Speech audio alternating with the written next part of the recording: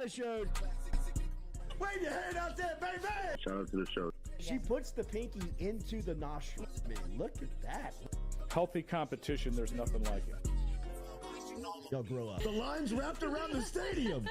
Different strengths. I just lost a tooth. It's going to be fun.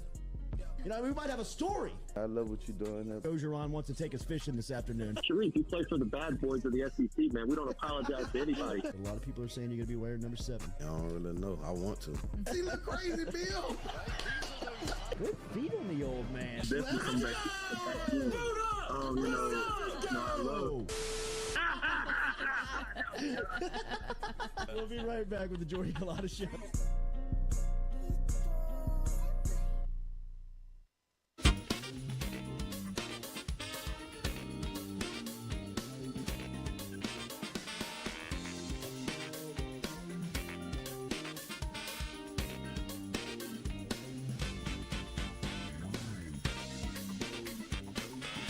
All right, welcome in to the Jordy Culotta Show live here on this Friday morning, driven and powered by Go Chevrolet. As always, check out our friends online at GEAUXChevrolet.com. Shout out to Nick Richard and the entire crew over there as they are located in Laplace, Louisiana for brand new cars. And if you're looking for a used car lot over here in Baton Rouge at Sherwood Forest and Florida Boulevard, Go Express Auto Sales. We got a lot to get to here in today's show. We will obviously be eating compliments of our friends over at Iverstein's. They'll be here in the second hour just like they are every single Friday, serving us up. Looking forward to what we have here on a SEC road weekend for LSU. So if you're hosting a party, we'll have some food that you could be serving up and some recommendations from our friends over at Iverstein's. Josh over there, of course, you can get signed up for the Butcher Bundle online at iversteinsfarms.com. LSU Auburn, we will talk all about it. We will break it down. We'll actually have Coach Caskey is here already in studio with us as we will talk about LSU Auburn and get some plays broken down from Auburn's defense.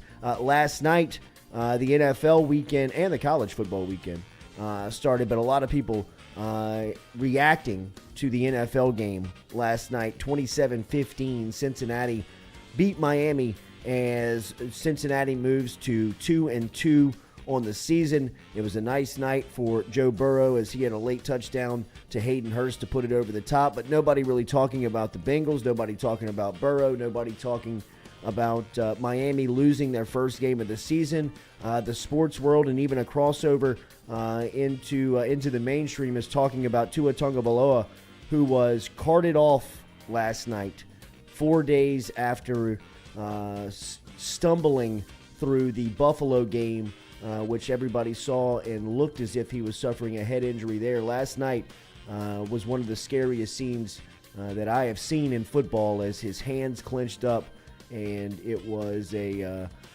scary moment for those players on the field and for the NFL. I'd imagine that there's a lot of scrambling right now in New York because there's a lot of questions on how in the hell was Tua active last night. Coach Kyle Caskey is a guy that is a great resource for us, spent time in the NFL, 12 seasons in the NFL, still in the coaching fraternity, taking some time off here, spend a year with his family and get back in it.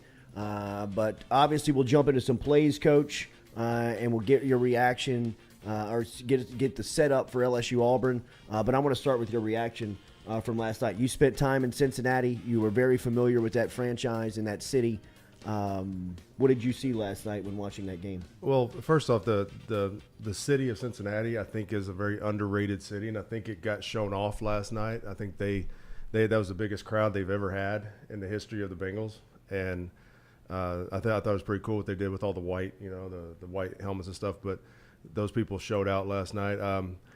The thing with Tua, man, I've had players before that have been knocked out and concussed, and you get in what that's called a fencer pose, but the fact that his fingers were crinkled up, I mean, I can't even explain to you how, if y'all didn't see it, I mean, like my wife didn't even want to watch it. She didn't even watch that stuff, but that's a sign that, there's something wrong. Yeah. Like, it's not that it's a brain injury. He just didn't get knocked out. That was there's something that's a major issue. So that kid has got to take care of himself before he comes back. Luckily, that the thing is, I mean, they got him to the hospital quickly and everything. You know, that's the good thing about the NFL. You know, if that happens at a youth football game or something, who knows if that kid's going to be taken care of. But he'll have the best, you know, medical people looking at him. But again, the NFL is going to start looking at this like 4 days ago, supposed concussion.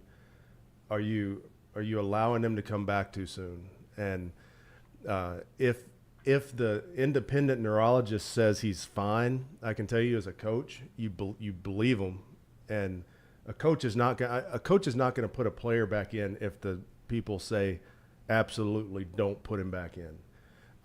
I've even held a guy out before because he came to the sideline and was talking some crazy stuff, and I knew it wasn't him, you know, and I said, you're not going back in, man, you're done, you know, and this was like in the third quarter, and we needed him, and but when you, as a coach, you do look at your players, and that's why you got to know your players, because if you don't know your players, then you're not going to see those type of things. You don't know what's on and what's off. Yeah, exactly. And some guys are just off all the time. You know what I mean? Yeah. But then all of a sudden, know that. But then all of a sudden, they're acting normal, and you're like, yeah, something ain't right here. You know, it could go the other way too. It's not just acting stupid and acting crazy, but I mean, they got to take care of that. The kid's got to take care of himself, because the problem with football, and I think we all know this, is it's a contact game. Bad stuff happens. I don't know about all the CTE stuff and all that. I know that's all coming out, but you got to live the rest of your life too. And football is great. Football brings a lot. I know you said I'm taking a little time off to hang out with my family. You know, I miss it. You know, I know it's that's a nice way to put it, by the way. I appreciate that. You know, I mean, isn't that the way to put it? I think that is the way to put it. Yes, I am taking some time off for my family. Right. You know? I mean, I'm sure they probably haven't seen you this much. Yeah, they're getting a little tired of me. I think they want me to go back to work. Sure. but no, it's these guys have got to take care of themselves, and if Tua felt like he couldn't have gone back in, I don't think he would have gone back in. You know what I mean? I'm talking about. You talking about on Sunday? I'm talking about last night. Yeah. What did you think of him going back in on Sunday? See, I wasn't watching the game when it happened, but I saw the replay, and it looked like when he got up, he was it did look like his back was hurt. That's what I actually initially thought, because he kind of stumbled, and then he was like reaching for his back. But that could have just been a reaction, you know, to it. And then that's what he said. He said it was more of his back than it was his head. But again, if the independent neurologist says he's okay and the kid says he's okay, as a coach, I mean, like I said, unless he's just acting out of the ordinary, you know, you put him back in because that's just what you do. But again, if there's something, they're probably going to have to look at the protocol, I think, a little bit more at this point. What do the players and the coaches think about Thursday night football? It's a little bit of a pain. It's fun when you're doing it. It's fun on Thursday when you get there, but the week is tough, because you spend most of your preparation actually happens before you played your previous game, because most of the assistant coaches, coordinators, and head coaches don't really start looking at it, but the assistant coaches for sure, like on Friday the week before, have to kind of almost put the game plan together.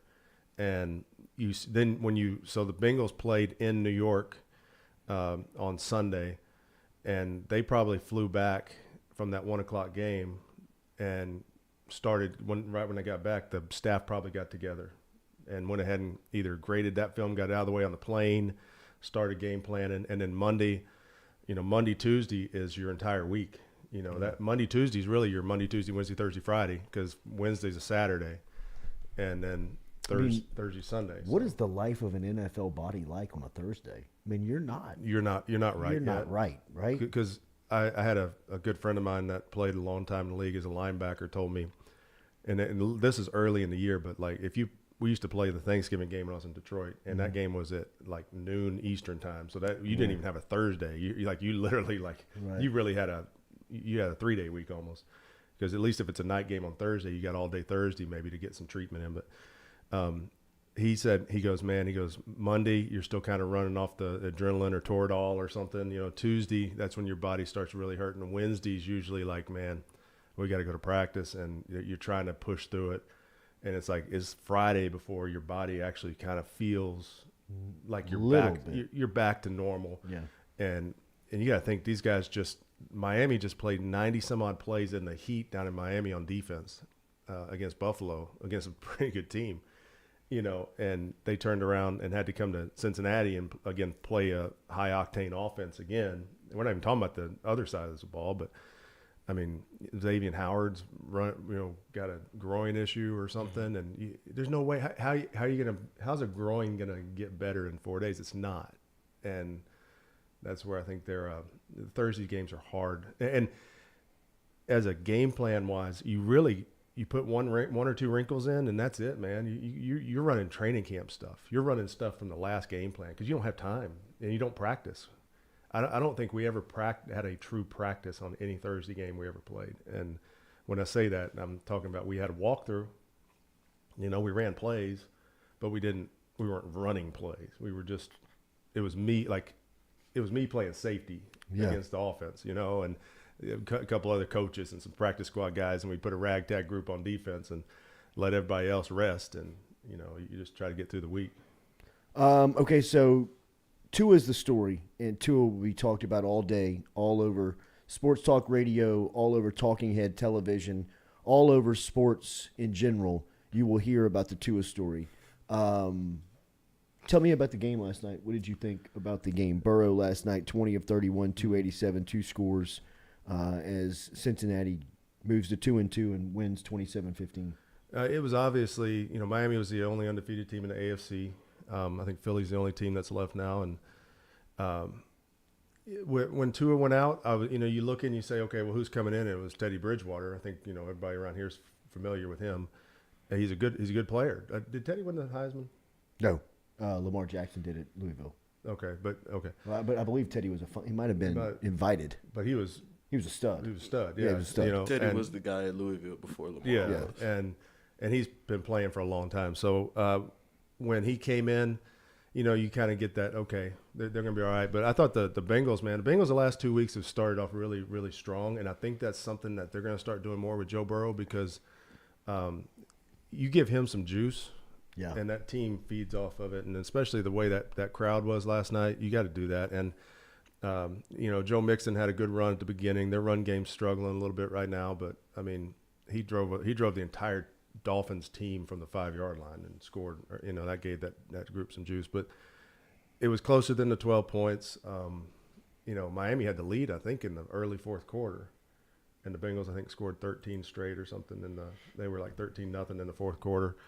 But overall, man, I mean, it's a good Thursday night game, but like you said, you just too much kind of hanging over that game with Tua and, everything, them coming off those, the game they came off of the week before, those lasted 4 days ago, 5 days ago now. So I thought it was entertaining. Man, my experience with the Bengals, obviously, I've got a lot of love for that city, and it was fun. It's always fun watching. But the Dolphins, actually, Tua's coach, Darrell Bevel, his quarterback coach, was the coordinator that I've worked for the last 3 years. He was in Jacksonville, and then he was in Detroit for the last 2 years there in Detroit.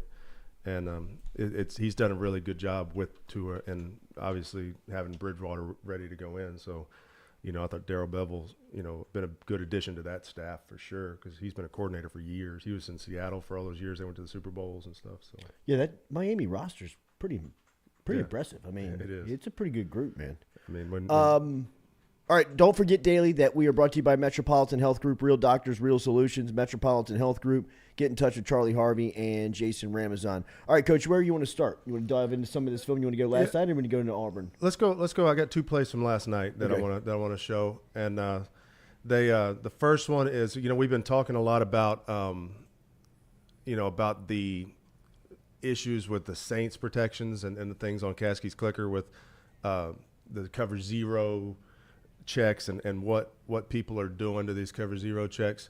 So as you look here, this was early in the game. I believe this was like maybe the 4th or 5th play, but you can see how Miami has gone to a cover zero look. My telestrator's not working on this Bengals film since it's literally brand new. But you can see they have everybody kind of along the 40-yard line right there. So they're looking at a cover zero look. You see how, watch, he's going to bring, that's actually Tyler Boyd that he brings in. That's a receiver that he's bringing. You can see right there on the B, 83 is Tyler Boyd. He brings him in to actually help in protection. That's big time, man. That's not even a tight end.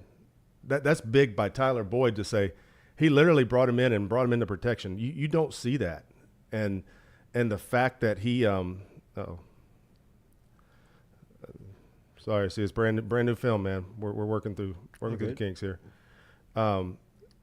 But the fact that he brought 83, who's a receiver, that's Tyler Boyd, that's not a tight end, brought him in and actually had him block, and then threw that quick pass out to T. Higgins, that's big time. And you talk about the issues with the Saints and stuff that we talked about this week on Caskey's Clicker.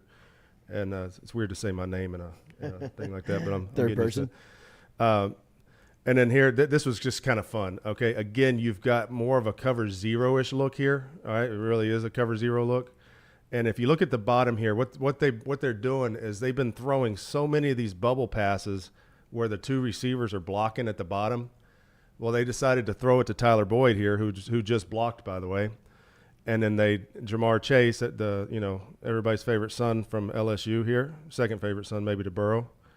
But you see how he went to block and then ran past him. These kind of plays are showing up a lot in the NFL, and they're really showing up in college too. As long as you have somebody who can throw the ball like Tyler Boyd can throw the ball. Yeah. And I just thought that was a cool play right there. That was a good design they've been running those bubbles and things. So just a couple plays from last night that stuck out to me. So, Stu, if you'll help me out here, I'm going to go ahead and flip over to the Auburn film. Give me just a second. I agree with Football God that the uniforms last night could have used a touch of orange in the helmets. I wasn't a huge fan of the. I wasn't a huge fan. They actually did technically have a little bit of orange. The B right in the forehead right there still had the orange on it. So really, yeah, I needed a little bit more of a touch too. I thought it was a little bit of a high school look. I thought it looked very. I always wanted them to go chrome. Have you ever seen Memphis's helmets? Yeah. They go the chrome with the stripe. It's the Bengals helmets, but it's chrome. Right. I always thought that was kind of a cool. Yeah, look. that's a good look.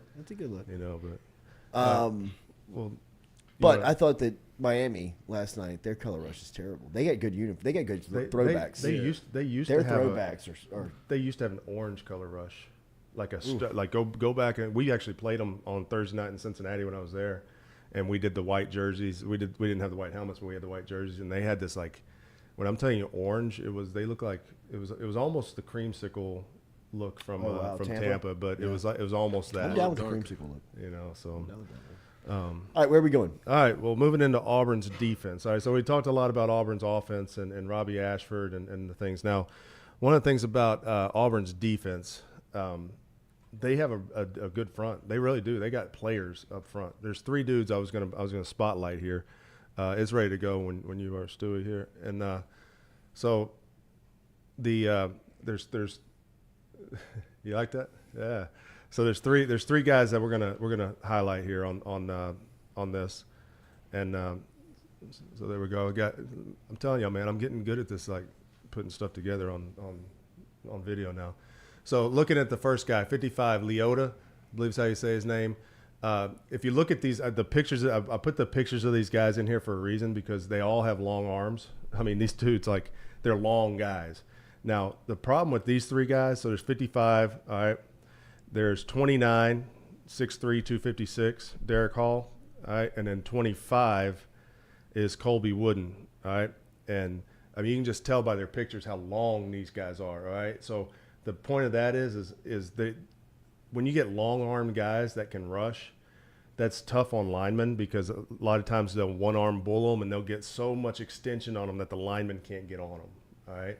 But those three guys, all right, are going to be the guys that we really need to pay attention to. So as you're looking here, this is Penn State, all right? Now, the thing about Penn State is, and I'm just going to go ahead and go to the end zone of this shot.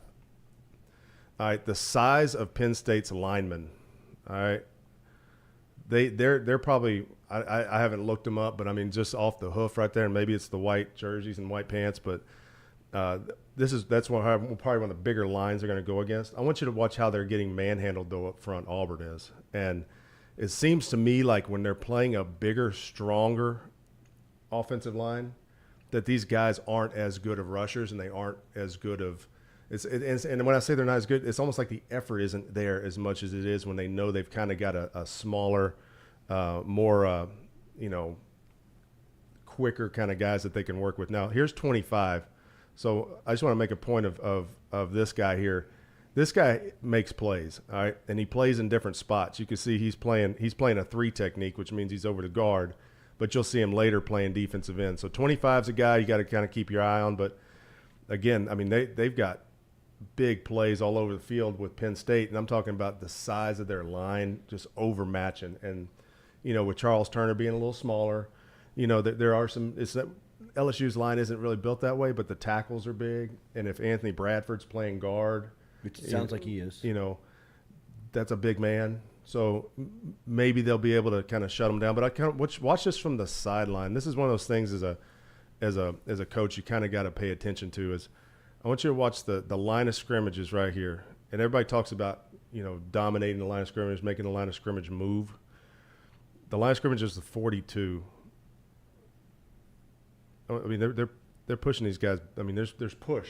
It looks like a stalemate there, but they're getting on these guys. Now, one of the things I wanted to make a point of is watch the linebackers right here. Watch these 2 guys right here.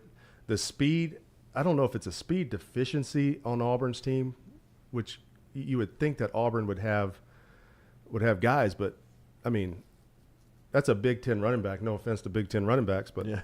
The SEC. The Big Ten's not known as a speed league. As the SEC is known as a speed league. And you would think a guy like, number 0, number 13, if you just look at them, they look like they should be fast guys. Now, here he comes running just an easy just duo play, which is all double teams. And when he takes off, I mean, 0 can't catch him. Mm-hmm. And that's – you get some – angle too. Yeah, he had angles. You get some of the LSU's speed with the ball in their hand. And, I mean, I think all the backs from LSU are fast.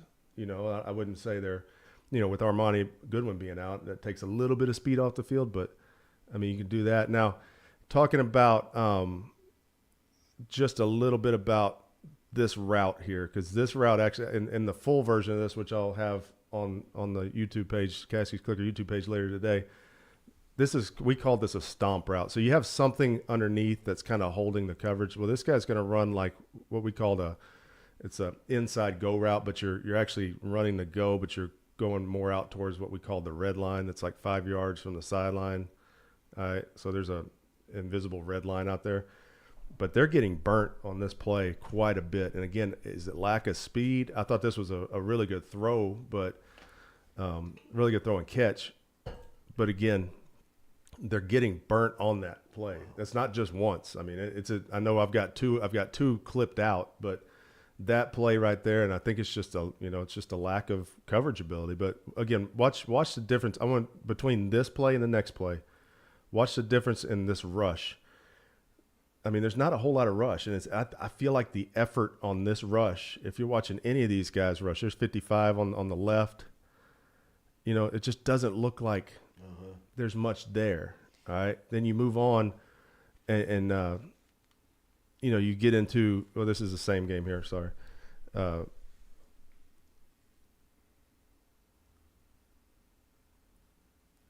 if you look here again, look at the pass rush against this group here.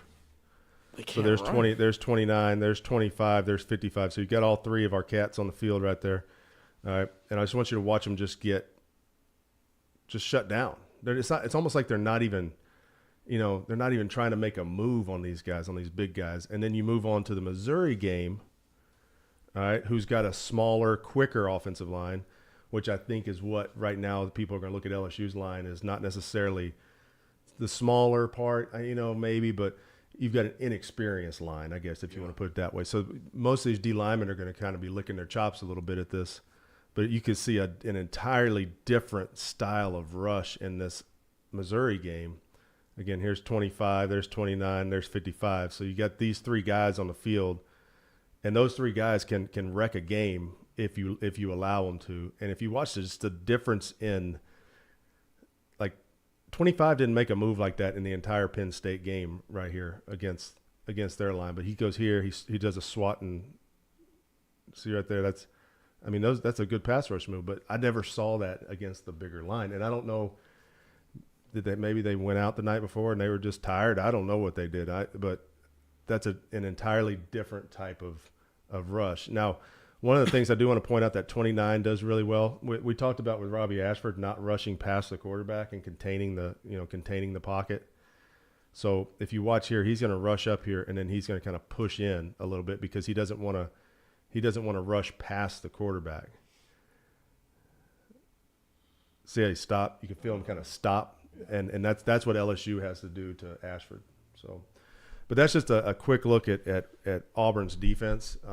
I think that they don't have as much speed as you would think that Auburn team would have, and it's the craziest thing about watching Auburn. We were talking about it yesterday. In years that even they're down, they're always producing either like a running back or a defensive lineman. Yeah, I mean they've always got like a safety or a linebacker. This team, their roster is just it's not that good. You got those three guys I pointed out, those three linemen / defensive end guys. Those guys will probably be in the NFL at some point. Again, they may not be great players. They're going to get a shot. Those three guys. Again, you watch the defensive backs and the linebackers, and it just, to me, the speed of if you can get Jack Besh on number 0, that guy I just showed you that couldn't catch the running back, and run that little snag route that they ran last week, you can do that all day. I don't think that they're going to just sit there and allow you to do it, but if you ever get a chance to do it, because that'd be the guy that it would be run on as a linebacker. So, they've got to exploit that lack of speed because the LSU has just, everybody on the field has more speed than Auburn has. But again, it's got to be the offensive line, which obviously has been playing better. Has got to continue to improve and not let. With Garrett Dellinger being out, and not let a new guy in there kind of mess up the flow. But if it's Anthony Bradford, the guy's played a lot, so maybe there's something. By the way, am I saying all right a lot? Yeah, man. You got the Saban. Okay, because the Sabanite. I saw the comments. You got the Saban. That was early on when people around here were covering Saban. It was like his safety net. And he's always and you have that as a transition. I don't even know I'm saying it. Yeah, I know. And no, it's all good. It's a very coach term though. Yeah. All right. Right. Even like Sean Payton would say it a lot. I think it is. I think you're right. It's a transition. Like I know I've got my thought was on one. Yeah. All of a sudden, all right. It's almost kind of a qualifier too. Like, all right, like we good? We good? Yeah, we good. So when I'm coaching guys, you never just want to talk at a guy. You want to talk with a guy, and it just sometimes you got to look at him and go, "You got it, all right." Yeah, right. Just, little head nod, little eye approval. Because sometimes you get in those meetings, and literally some of these guys are like, right, got the hood on or something, and it's like, you awake over there, man? Yeah. I don't blame them. We got the lights off and film running. I can't believe y'all turned the lights off. Well, I got to where I didn't there for a while, but then when you got a projection screen, like a projector, you kind of got to turn it down a little bit. But then we started, when COVID hit, we actually moved most of in Detroit at least, we moved our meeting rooms into the indoor facility because we had to space everybody out. So they put all these projectors up around the indoor, and we all had a little spot. And then when practice time came, everybody had to move all the chairs and tables out of the way. But that they couldn't turn the lights off fully in there, so that kind of helped out a little bit, But y'all get the lights on good in here, man. Y'all ain't got no problem with that. But it don't look like this. Otherwise, I'd be snoring. There was no way I could make it in a film session. The lights out, I would just. And the thing too, we talked about the guys being tired and their bodies being tired. Those Wednesday morning meetings, man, we'd start some at like 7:15 with like with the protection meetings. Ugh. That light would turn off, and then even the coaches, man, unless you were running the film, you're over there kind of like, all right, just fighting it, bro. You're just brawling with yourself on how do I stay linebacker blitz. You'd have your energy drink or your 8th cup of coffee and Red Bull. It was pretty cool. In Jacksonville, one of the few good things that happened out of Jacksonville is they had unlimited 0-calorie monsters, those big white ones. And I probably How many drank did y'all way go too through many on of those. that? Man. I can imagine. I'm sure my liver's probably didn't like that too much. But. All right, we're going to get into the slate of the football this weekend because it's a really good weekend, including in the SEC. But tell me what you think about this LSU-Auburn game from an offensive standpoint with LSU missing Armani Goodwin. It looked as if over the last couple of weeks, and especially Mississippi State and last week versus New Mexico, as they were transitioning to making Goodwin the primary back. Yeah. Kelly said yesterday it's a significant injury, which makes me believe that he's going to miss significant time. If he misses an extended amount of time, who do you believe steps up in that backfield? Well, you would hope it was John Emery. Yeah. I think with the way that they're going right now, Kane, 21, has been the better runner right now. We showed that clip of him breaking through and the knee drive that kid has. I think you got to give him some play, but.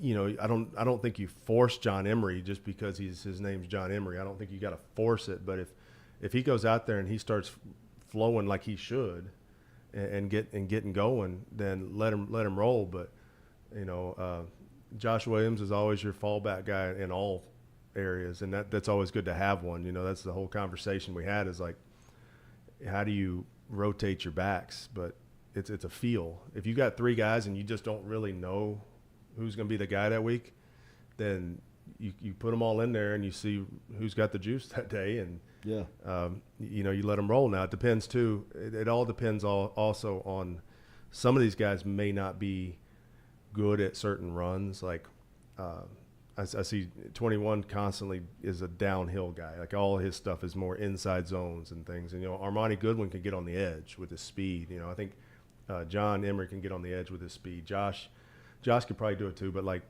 some of these guys are built for inside running, and you just got to make sure if that's what you're doing in the game plan, then let that guy run.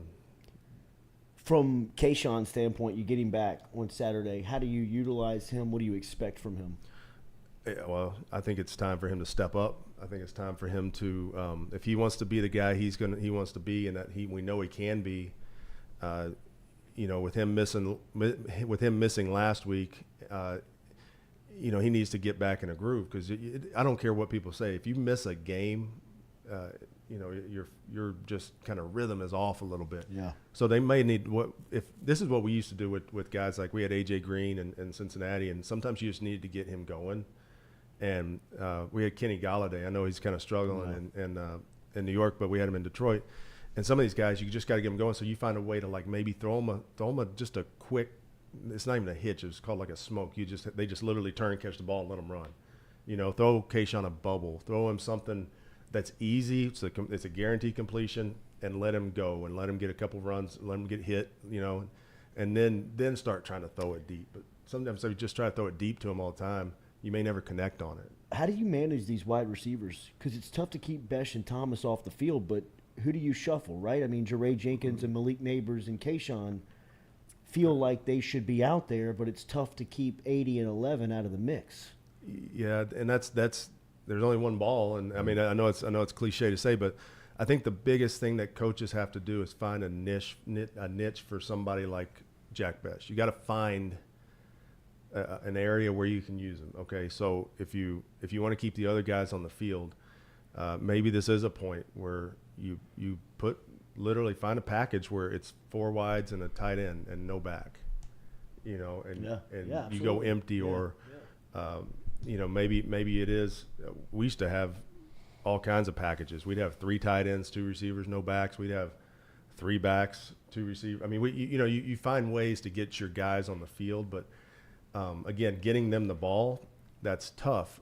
But again, some coaches script. I'm not sure how Denbrock does it, but some coaches script, and a lot of times those scripts are meant for that purpose. Is okay.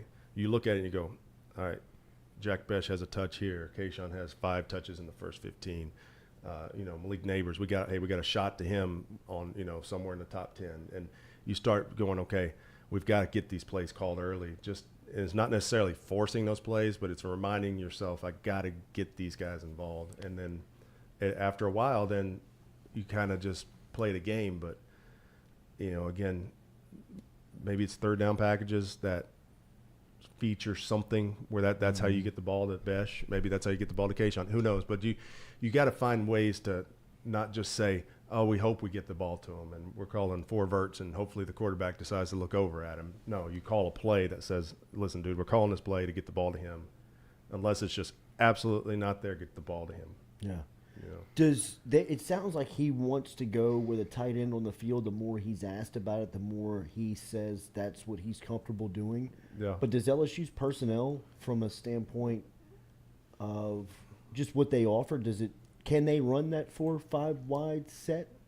I mean, they could, and with the guys they have enough guys to do it, and that's it's kind of the good thing about college football is your roster is kind of, it's not unlimited, it's not the word, but like in the NFL, you only got. Well, you can hand select your roster. You got 53 college, right? guys on a roster, and you can only have so many. But on the college level, I mean, if you got a freshman kid that all of a sudden halfway through the season's like, oh man, this guy's showing up, then you just start playing him, and it's like you can find ways to create those, and you got enough dudes.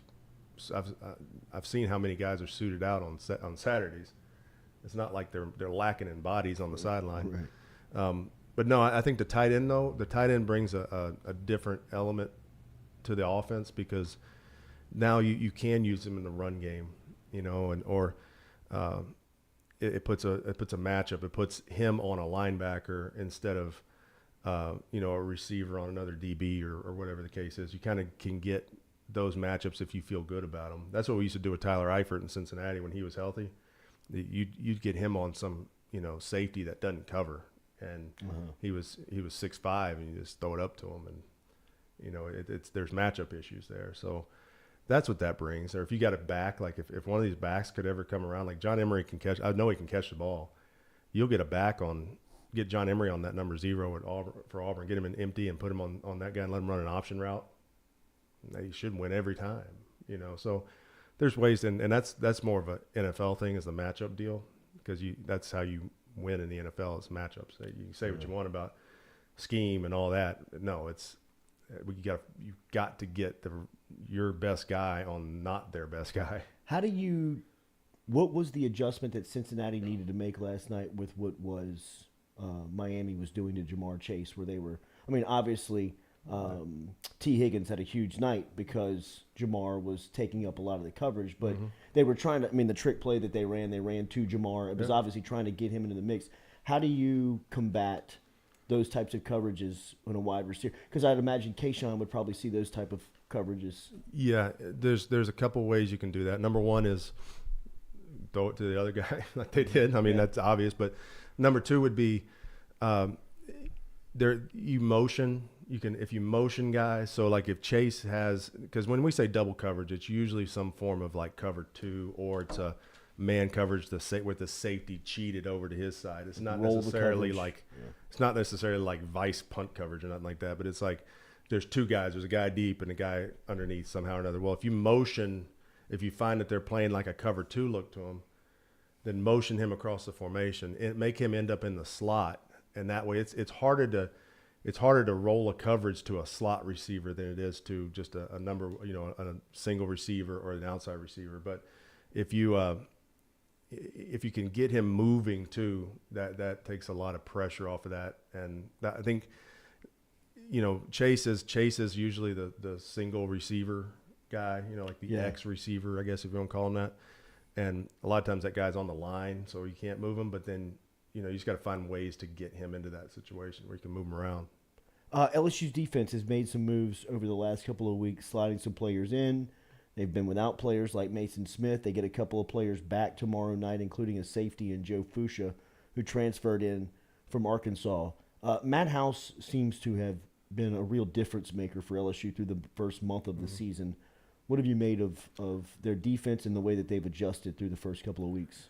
I think number one, they're fundamentally sound. You don't see a whole lot of just breakdowns and busts on their defense, which is a big thing, because a lot of times the fundamentals kind of get lost in the season a little bit because you're more worried about scheme and winning games. But I believe the guys are playing well in that area. Now, the second thing they're doing is they're moving guys around to different spots on the field, which allows allows guys to get in positions that aren't necessarily normal for them, but it's also not normal for the offense. So when I say that, when we play Mississippi State, you talk about the big splits and getting those rushers inside. Well, they did that. Mm-hmm. They found ways to exploit things. So when you can move some of those defensive linemen, especially, and that's the biggest thing. I was a protection guy for 7 years, and when one of those big defensive ends ends up in the A gap, what are they doing when he does it? And it causes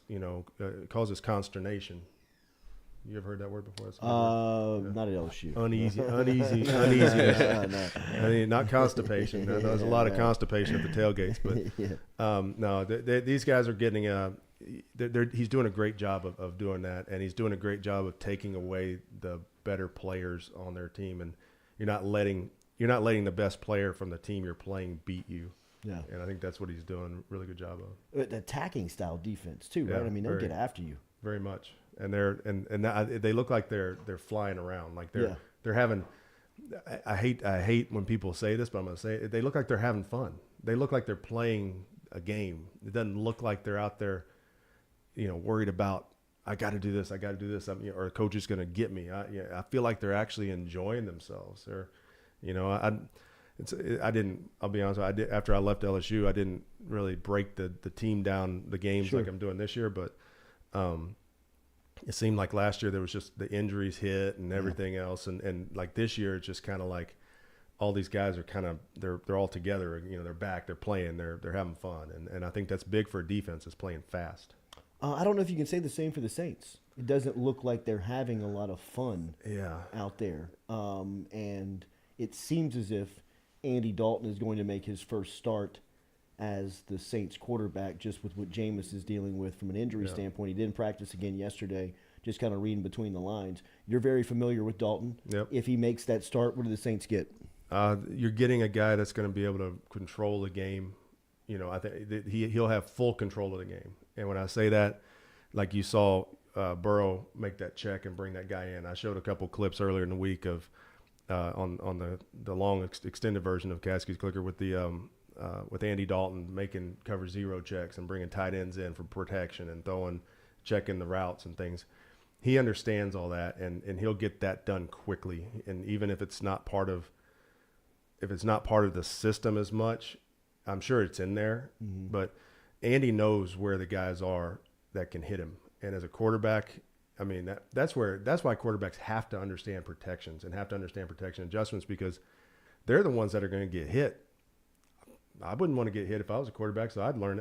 I would have those things inside out and be ready to go. So you're getting that, and I think you're going to get a little different type of juice from him, because he's not Jameis where it comes to all the dancing around and energy levels and stuff. But he'll get things done when they need to get done. He'll get in somebody's face in the huddle. He's not a very he's a very, very nice guy, put it that way. And he's not going to be just jumping around in people's faces, but he's going to get it. He'll get it done. The Bengals through the first 2 weeks of the season were 0-2, but they looked as if they weren't far off. Yeah. When you look at the Saints, what do you see? Are they close? Where are they? I mean, they're 1-2 right now, and it looks like they're. I mean, it feels like they could be easy 0-3. Yeah, and I think they're probably not where the Bengals are right now. It seems like they're still trying to find themselves. But let's just say they're in London this weekend, which by the way is a brutal trip. I bet. Would you go the entire week, or would you do like Minnesota did in Florian yesterday? Because the Saints went all week. So the Saints.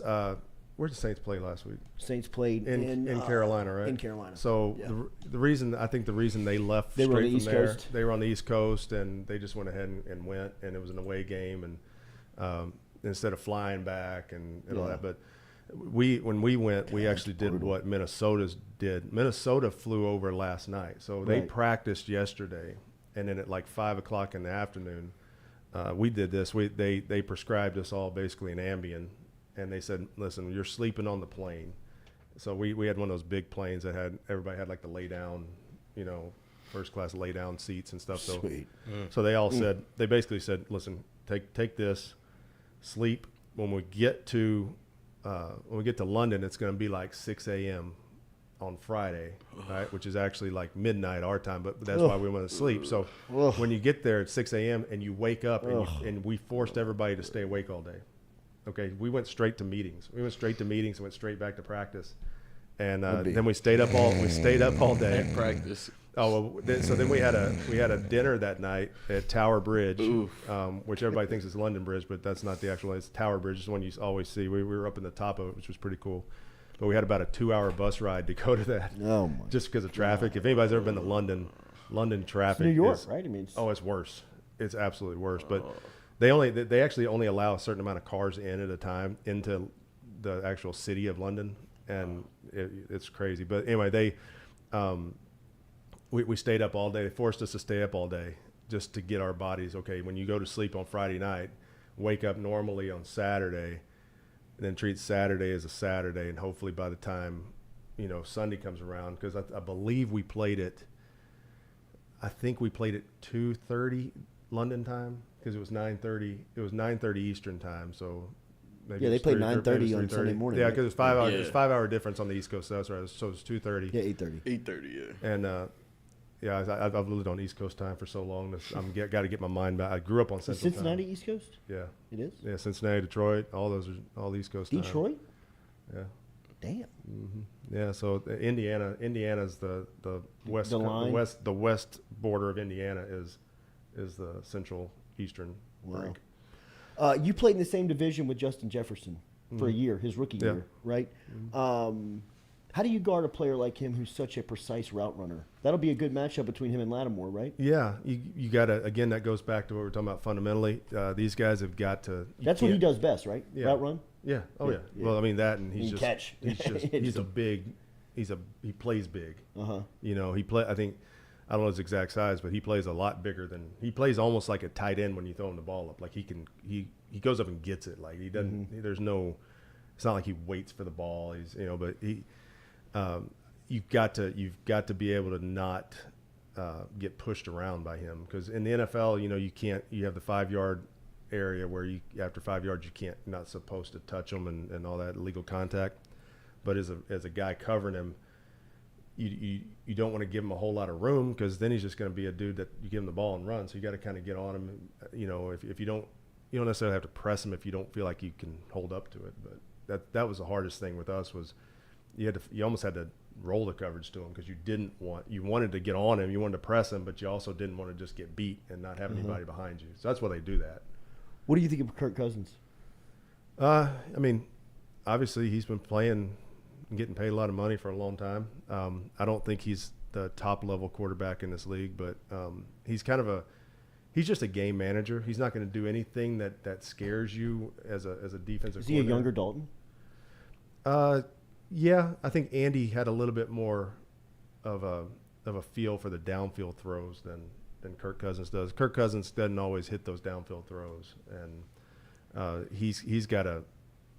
That's bad to say when you've got a guy like Jefferson running, because you want to give him the ball. But with Andy was able to get the ball deep to AJ, and I'd say AJ Green and Jefferson, kind of the same kind of dudes, bigger. They play big, and he found a way to get it down to him. So again, with him, I think Dalvin Cook's playing. I don't know. No, I do not know. I think he's playing, but he's hurt.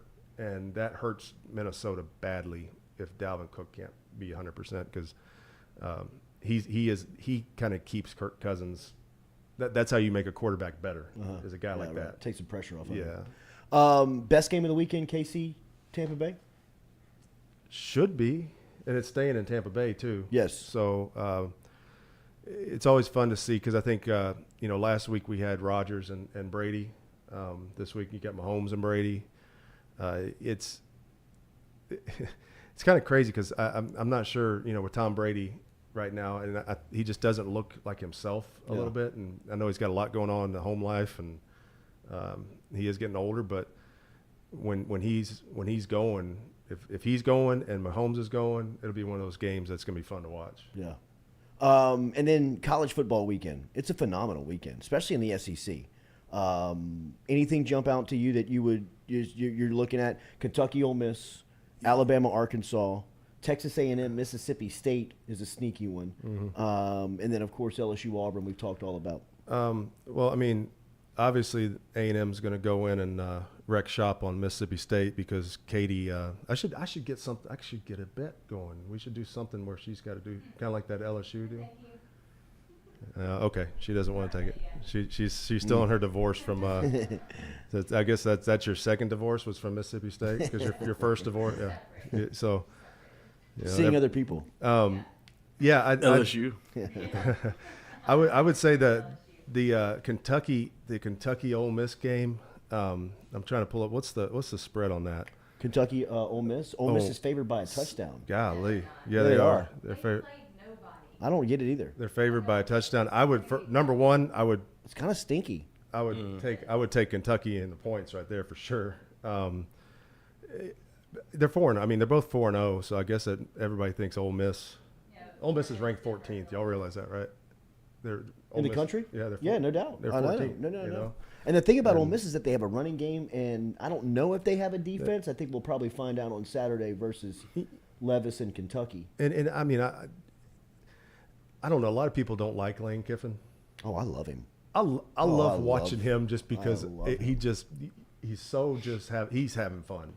Well, I mean, Coach, in that trade, if you're going to be arrogant, you know what you're doing. Yeah. Right? Like, if you see an arrogant football coach, to me, that tells me he's either a fraud or he knows what he's doing. And the frauds get smoked out pretty quick in y'all's business. Yeah. And for him to be as lasting as long as he had with that personality, I mean, I get it that he's polar, right? You love or hate him. I love him. I think that he has his teams prepared, at least offensively. Yeah. You know what I mean? He's a guy that I'd imagine y'all probably studied him a little bit in the NFL, right? Yeah, I mean, we have over time. And the thing I like about him is just he stays true to what he is, but he also stays true to what his teams are. And it's not like he's trying to be something he's not, like you said, like the fraud, but yeah. You know, him throwing the clipboard in the air, all that kind of stuff. Now, you know, that clipboard comes down and falls on somebody's head. I do. Obviously, you know, it's like when people shoot a gun straight up in the air. I'm like, that bullet's got to come down at some point. You know? We were talking to the guy that replaces the dome. He repaints the ceiling of the Superdome. Yeah. And they do it like every 5 years, I think. And he was like, you would not believe how many bullet holes are on top of the dome from people just New Year's Eve, Saints win, Mardi Gras. Wow. People just firing bullets into the air. And I mean, like you said, they got to come down somewhere. They come down in the top of the dome. Mississippi State and Texas A&M. Mm-hmm. I know that you'll be watching this game. This is a really good spot if you're Mississippi State, right? If you're A&M coming off an emotional win last week versus Arkansas, you got Alabama on the schedule next weekend. Yep. This is a classic look-ahead spot for Mississippi State to catch A&M. Yeah, and the biggest matchup you're gonna see is that air raid against A&M. A&M's defense is playing well, and the offense has its issues. It's kind of stagnant a little bit at times, but the defense at A&M has been playing well, and for them it would take them to kind of fall apart a little bit against what Mike Leach is doing, but if A&M's defense plays the way it does, A&M probably, ekes out a little bit. I mean, Mississippi State's favored by 4. Yeah. Yeah, their big playmaker A&M's he's done for the year. Yeah, Nia Smith. Yeah. Mm-hmm. They still got A-Chain. That kid can move now. Yeah, he can. A&M. That's what I'm saying. A&M's offense right now is the issue. It's not the defense, and this could be. I see the over/unders 45, which probably about right. You get a 20, 22, 23 game or something. Yeah, right. But I looked at the other spread that got my attention was Alabama's a 17-point favorite at Arkansas. Way too much, huh? I think that's too much. Way too much. Not at Arkansas. I just think Arkansas is going to be jacked up. They're going to be ready to go. At least they're playing in Fayetteville, not Little Rock. Yeah, I don't think they play the games in Little Rock anymore. They don't? Okay, good. Because I coached twice when I was at ULM. When I was coaching at ULM my first 2 years, we played in Little Rock. That was such a weird deal because it's so like hard to get in and out of it. But you're not even in there. Right. It's just like you're not even at their stadium, but yet it's there. It has their logos on it. It was like Alabama used to play home games at Legion Field in Birmingham, right? Yeah. But I think 17 points in Fayetteville is a little much. But again, that's Alabama's Alabama. If they decide to turn it on, they will. And then the other one, obviously, Georgia's like a major 29 point on the road at Missouri. After watching Missouri and the way, they shouldn't. They Missouri should have won that game twice. That play where that kid dropped that ball. Number one, I don't know if he was trying to show off when he was doing it or if he was just trying to reach it out. He had no reason to reach it out. If you go watch it was back, like second and goal. That too. But he also, all he had to do was just lower his shoulder and almost just fall forward, and he was in for the touchdown. Game's over. And I don't understand as a running back coach, at least when you're trying to do a handoff, you're trying to reach it out. We only reached it out for two reasons. The game was on the line, you had to score, or the game was on the line and it was 4th and 1 and you had to get the one. Like, what's the teaching point to KJ Jefferson this week? I mean, that was the turning point in the game. Arkansas's quarterback when he goes over the top. And that, because, if they score there. Well, first off, don't dive over the top from the 5-yard line. Yeah, that's number one. Close. That's not where you do that. Right. Did he think he was literally going to reach that? I don't know what he was thinking. I think he thought he was going to reach it because he literally was on. He might have been on the 4-yard line. And I'm sorry, y'all find me somebody with 12-foot arms. And Michael Jordan in Space Jam. Maybe, I don't know who could make that jump. I was trying to think who could make that jump. Like who you would even. Clyde had some spring in him, but he can't jump 4 yards. Reggie Bush, maybe. Well, no, he's got guys like that are doing that. Like Tom Brady does that. I think Breeze used to do that too. He used to do it all the time. But from like the one. Yeah. But also and he would do it on 4th and shorts. He would do it on short yardage. You do it on what we called it root hogging. Those guys with those D linemen that got their ass up in the air and their head down, and they're just trying to take the lineman out on the goal line. They're not even worried about staying up. They're just going down to take the lineman out and then letting the linebackers play. That's what you did when you got those kind of guys that were going after the lineman like that. That's when you jumped over the top. Yeah. You didn't jump over the top if you had linemen that were playing normally.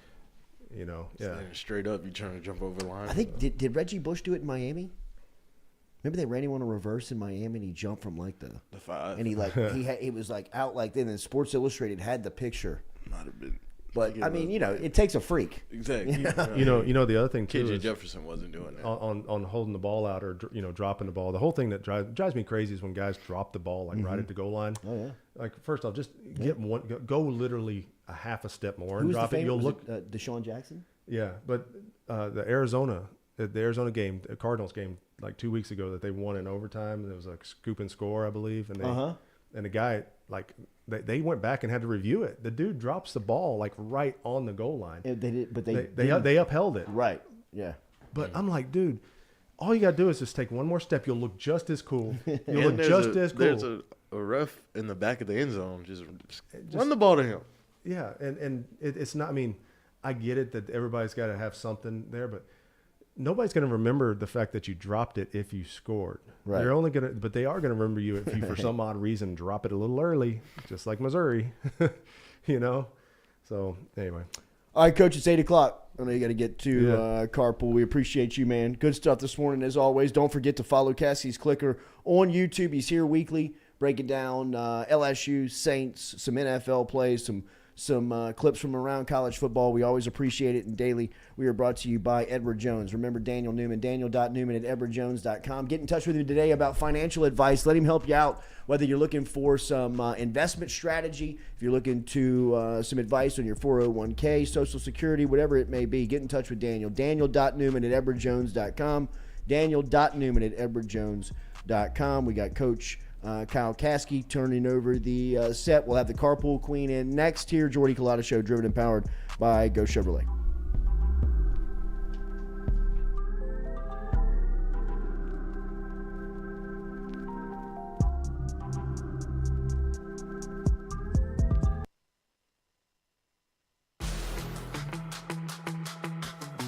Donaldsonville Glass and Body, trusted name in frame, body, and automotive paint repair since 1977. They have served their customers for over 45 years. You can find them online at dgbauto.com or stop in and see them Railroad Avenue and Division Street out in Donaldsonville, Louisiana. Look, they can help you with your insurance claims. They can make the repair process as stress-free as possible. I'm speaking from experience here. I've got numerous windshields, body repair, all done by Kenny and the crew over at Donaldsonville Glass and Body. They are, without question, the most well-equipped shop in the area. Stop in and see them today.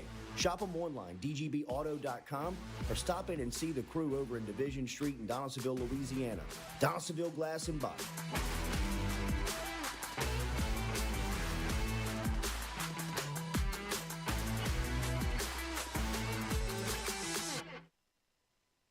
Red Stick Sports, a local staple in Baton Rouge to all sports fans, was founded back in 1981 and has remained a family business for over 40 years. Today, they still have the great selection on the floor, but they're also a leader in custom apparel for businesses, sports teams, and other groups. Take it from us, everybody over here at FM Digital Media. They help us out with all of our apparel. Let them help you out today. Go ask for Cody over at Red Stick Sports. Check them out online at redsticksports.biz. We love the crew over at Fresh Chef Kitchen. Chef Shane and his crew dropping off the meals every Monday here to FM Digital Media, whether it's breakfast, lunch, dinner. Me or the crew's going through our meals over at Fresh Chef Kitchen. Their weekly pre-order, freshly made meals, or you can walk into the cooler over there on Airline Highway. They have that fresh, same service over there at Fresh Chef Eats. FreshChefEats.com is where you can find them online. Fresh Chef Kitchen. Tell them you heard it right here on the Jordy Culotta Show.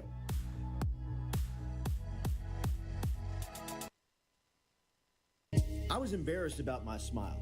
Are you unhappy at yours? Do you not smile back at yourself? I called my friend, Dr. Spillers, over at Johnson Spillers. He fixed my smile, and now everywhere I go, people are complimenting it after the work that Dr. Spillers and the staff did to my mouth. They can do it to yours. Get in touch with them. JohnsonSpillers.com. 2 locations, one in Gonzales, one in Baton Rouge. Easy to find them, JohnsonSpillers.com.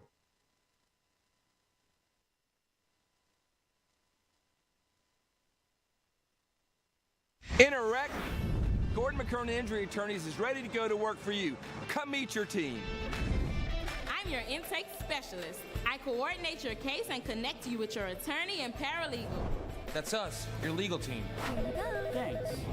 And we'll fight to get you every dollar you deserve. I'm your settlements and disbursement manager, and I'm here to get you paid on time. I'm attorney Gordon McKernan. Put our team to work today. Just call us. Get it done. Sports with it. It's just like anything. Hey, Baton Rouge, when traveling through Natchez, Mississippi, whether you need to fill up your vehicle or your belly, stop by Go-Mart and On The Go Deli. Go-Mart has clean restrooms, community coffee, an awesome beer cave, and a great selection of anything you might need on your trip. So stop by Go-Mart at 4 Sergeant Prentice Drive as you're entering Natchez on the left, and visit Tom and Wright Granning and their awesome team at Go-Mart. Don't let the name fool you. Men's Total Health has offerings for the ladies, too. Guys, is your wife or partner suffering from urinary incontinence, low sexual desire, or pain during sex? Then the O-Shot might be for her. Don't let it scare you. It's totally natural. It's PRP. And Mike Roach and the crew at Men's Total Health will make you as comfortable as you can be. Contact me for more information, Katie at JordyCulottaShow.com, and I'm happy to tell you everything that Men's Total Health has to offer for the ladies.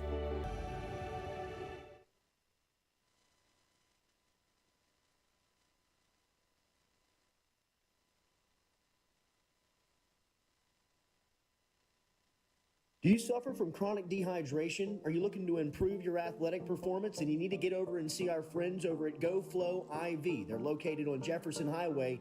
Easy to find them online at GEAUXFlowIV.com. Make sure and use the promo code Jordy Culotta Show. If you do, they'll take 15% off of your initial visit. Check them out online, GEAUXFlowIV.com.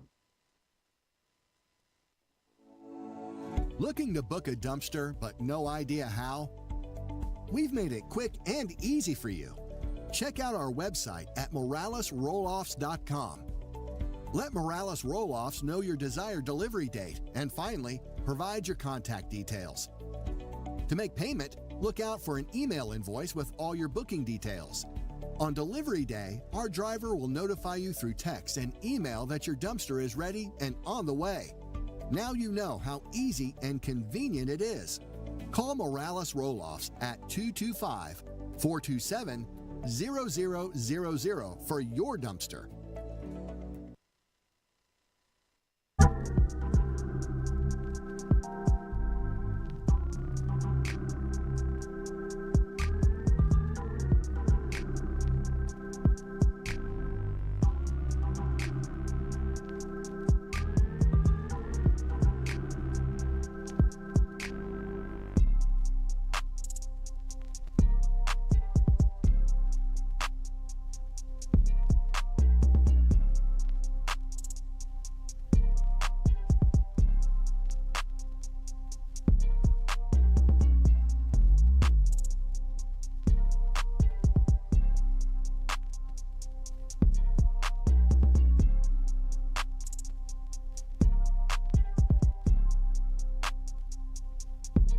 Welcome back here to the Jordy Culotta Show, driven and powered by Go Chevrolet. Remember our friends over at HUDCO Roofing. You can get in touch with somebody you know and do business with somebody you know by logging online to HUDCOroofing.com, whether it's roof repair, roof replacement, or you've got an insurance claim you need to make. HUDCO works with all of insurance companies and is a local company here. Also, if you're looking for commercial roofing and you're a contractor in Louisiana, get in touch with us over at HUDCO Roofing. Easy to find us online at HUDCOroofing.com. Make sure and tell them you heard it right here on the Jordy Culotta Show. Hour 2 of the Culotta Show rolling on here. Make sure you hit that like button, share button, comment button as we are getting moving here for the second hour. Josh from Iversteins is in the building. No Nathan this morning. Nathan is on a shoot this morning. He's on a video shoot. And is going to be back with us next week. But we will be talking to Josh from Iversteins and getting some recommendations for an away game weekend for LSU and the SEC, as LSU will be at Auburn. So if you're hosting a party and you are looking for some ideas or you need something to pick up, remember our friends over at Iversteins over there in the Perkins Crossing Shopping Center, right past Essen Lane on Perkins Road. Brand new space. Great space over there at Iversteins. And you can always log online and get a part of the Butcher Bundle by logging online to iversteinsfarms.com. The Carpool Queen is here. She made it through Friday traffic. It was easy today. She is in her housewife Pilates gear. Totally. On this Friday. Though, and yes. Goldish sneakers. There's Josh with another fresh shave. He's not letting the beard grow out. He's going to stick with it. What you looking for, buddy? Yes. Nice. Yeah. Check the closets, though. Do have some stragglers. Carpool Queen, good morning. How are you? Good morning. I guess y'all talked a little bit earlier this morning about Miami Bengals? About Tua. Yes. Y'all just talked about Tua? Y'all didn't talk about those uniforms in the field? I didn't like it was cool. He didn't like the uniforms. I knew I was going to be the only one. I liked them. They were fire. And the fact that they coordinated looked with very the high school in the middle, the pants, everything about it. Love those uniforms. Why'd you love them? That was a crazy game. I love an all monochromatic situation. I mean, the Dolphins had that too, but I don't love their color scheme. Yeah. But it was just different. I mean, to go white with the black stripes, the helmets, and I love how it matched the field. I just thought it was super Jordy cool. thinks they should have a little orange. A little touch of orange. They did have orange. What? The B on the front of the helmet? No, everything was outlined in orange. The names on the back of everything had orange. But I needed accents. more of a touch. It was way too white. You just didn't look It was close way enough. too white and black. And I loved it. No, I hear you. I knew you were gonna hate it. I don't hate it. I didn't love it. Yeah. I don't love it. I mean, Yeah. if you're gonna change the uniforms on me, I want to love it. FBI 225. He said the white Bengals uniforms are not approved by the FBI. Thank you, Federal Agent 225. They're always watching I appreciate me now. it. But it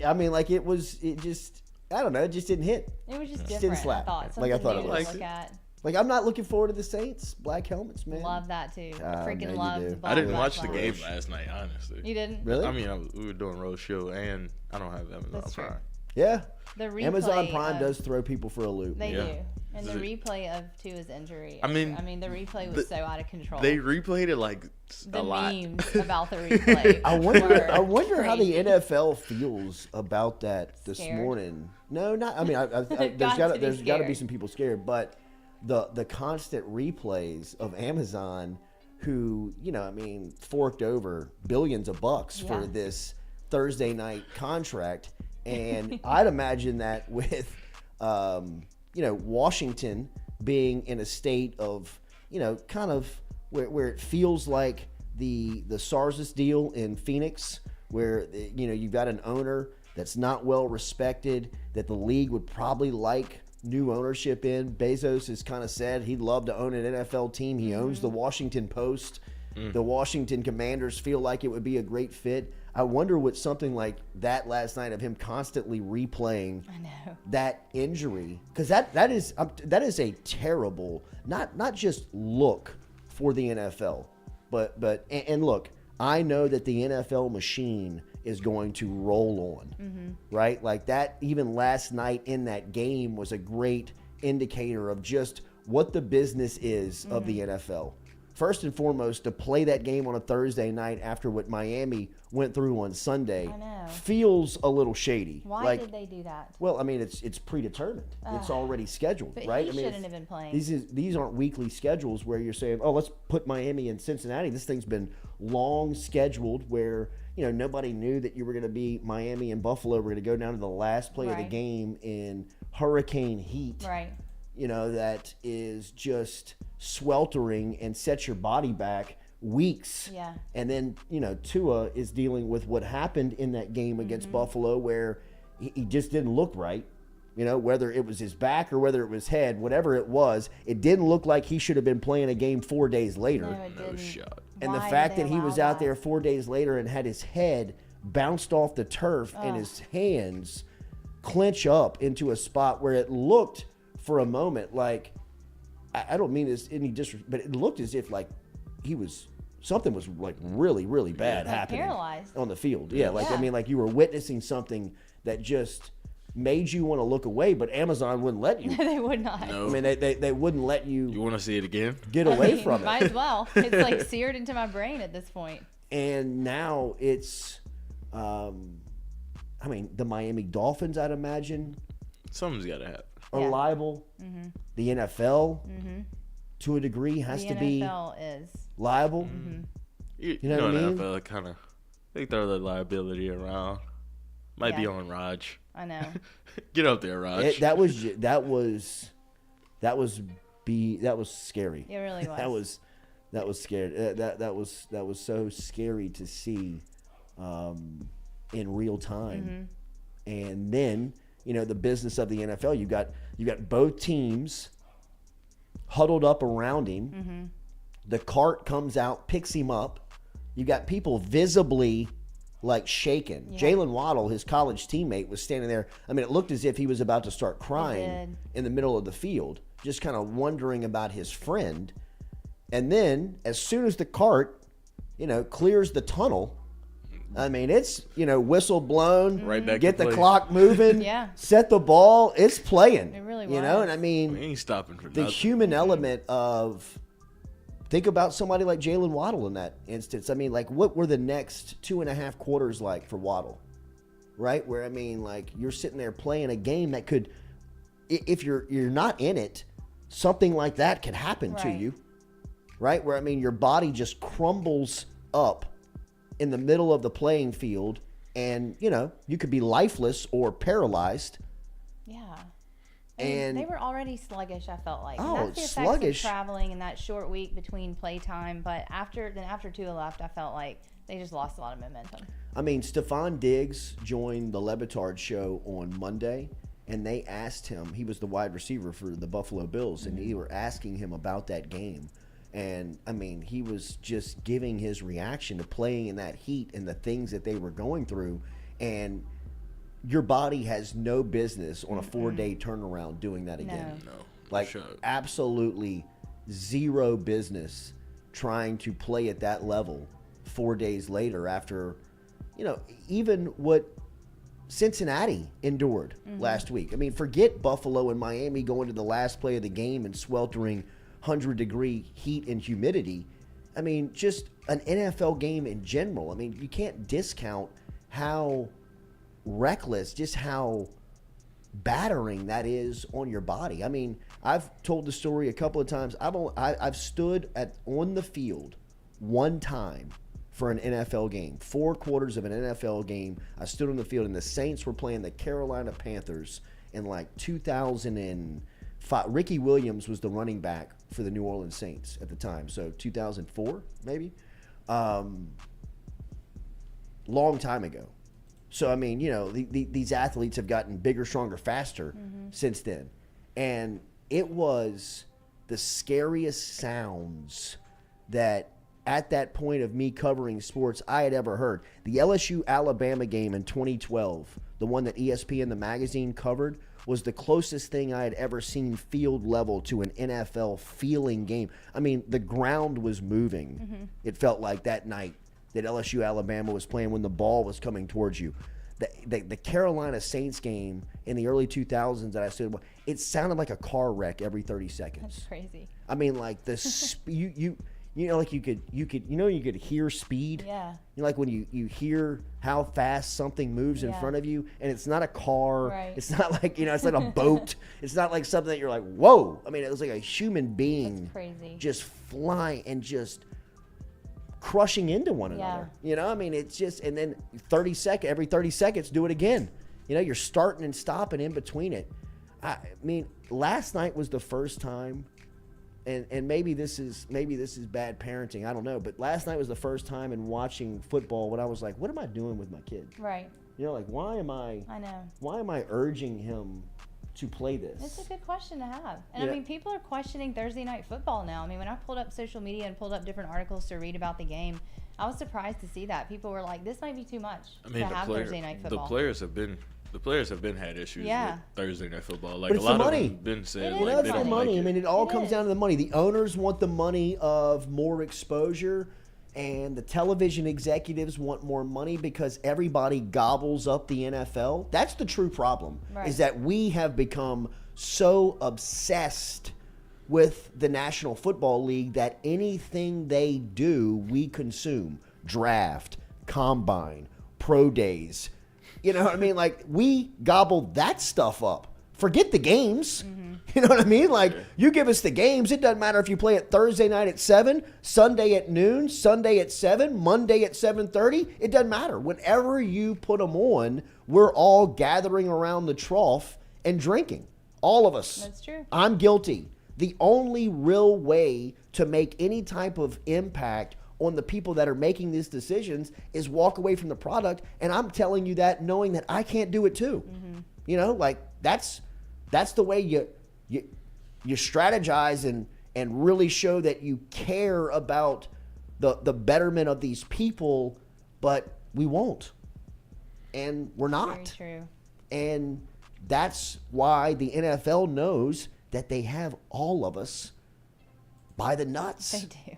They got us all by the throat with a ski mask and a gun to us saying, you can act as moral as you want, because they're doing the same thing. The NFL is coming out with their campaigns of, you know, the movement to save the head.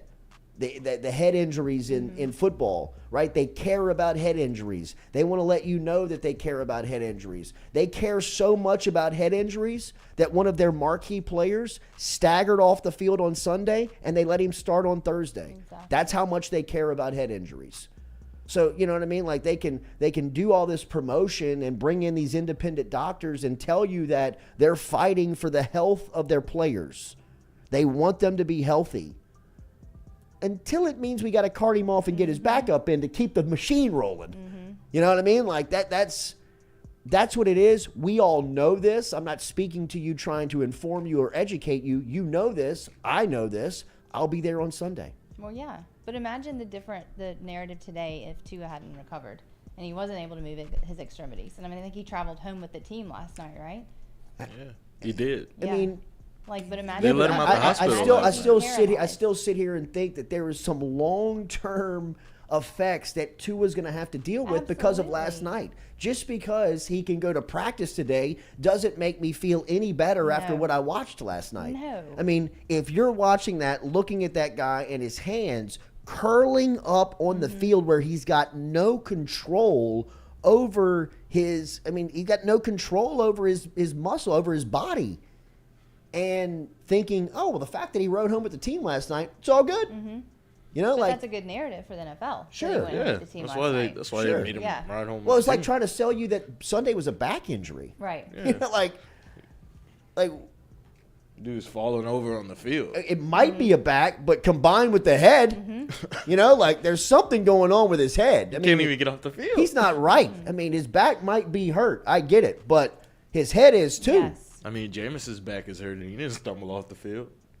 It just, you know, it was so scary to watch. And thinking about his parents there with him. Gosh. I just cannot imagine anything like that feeling. It's a scary feeling. It was very scary.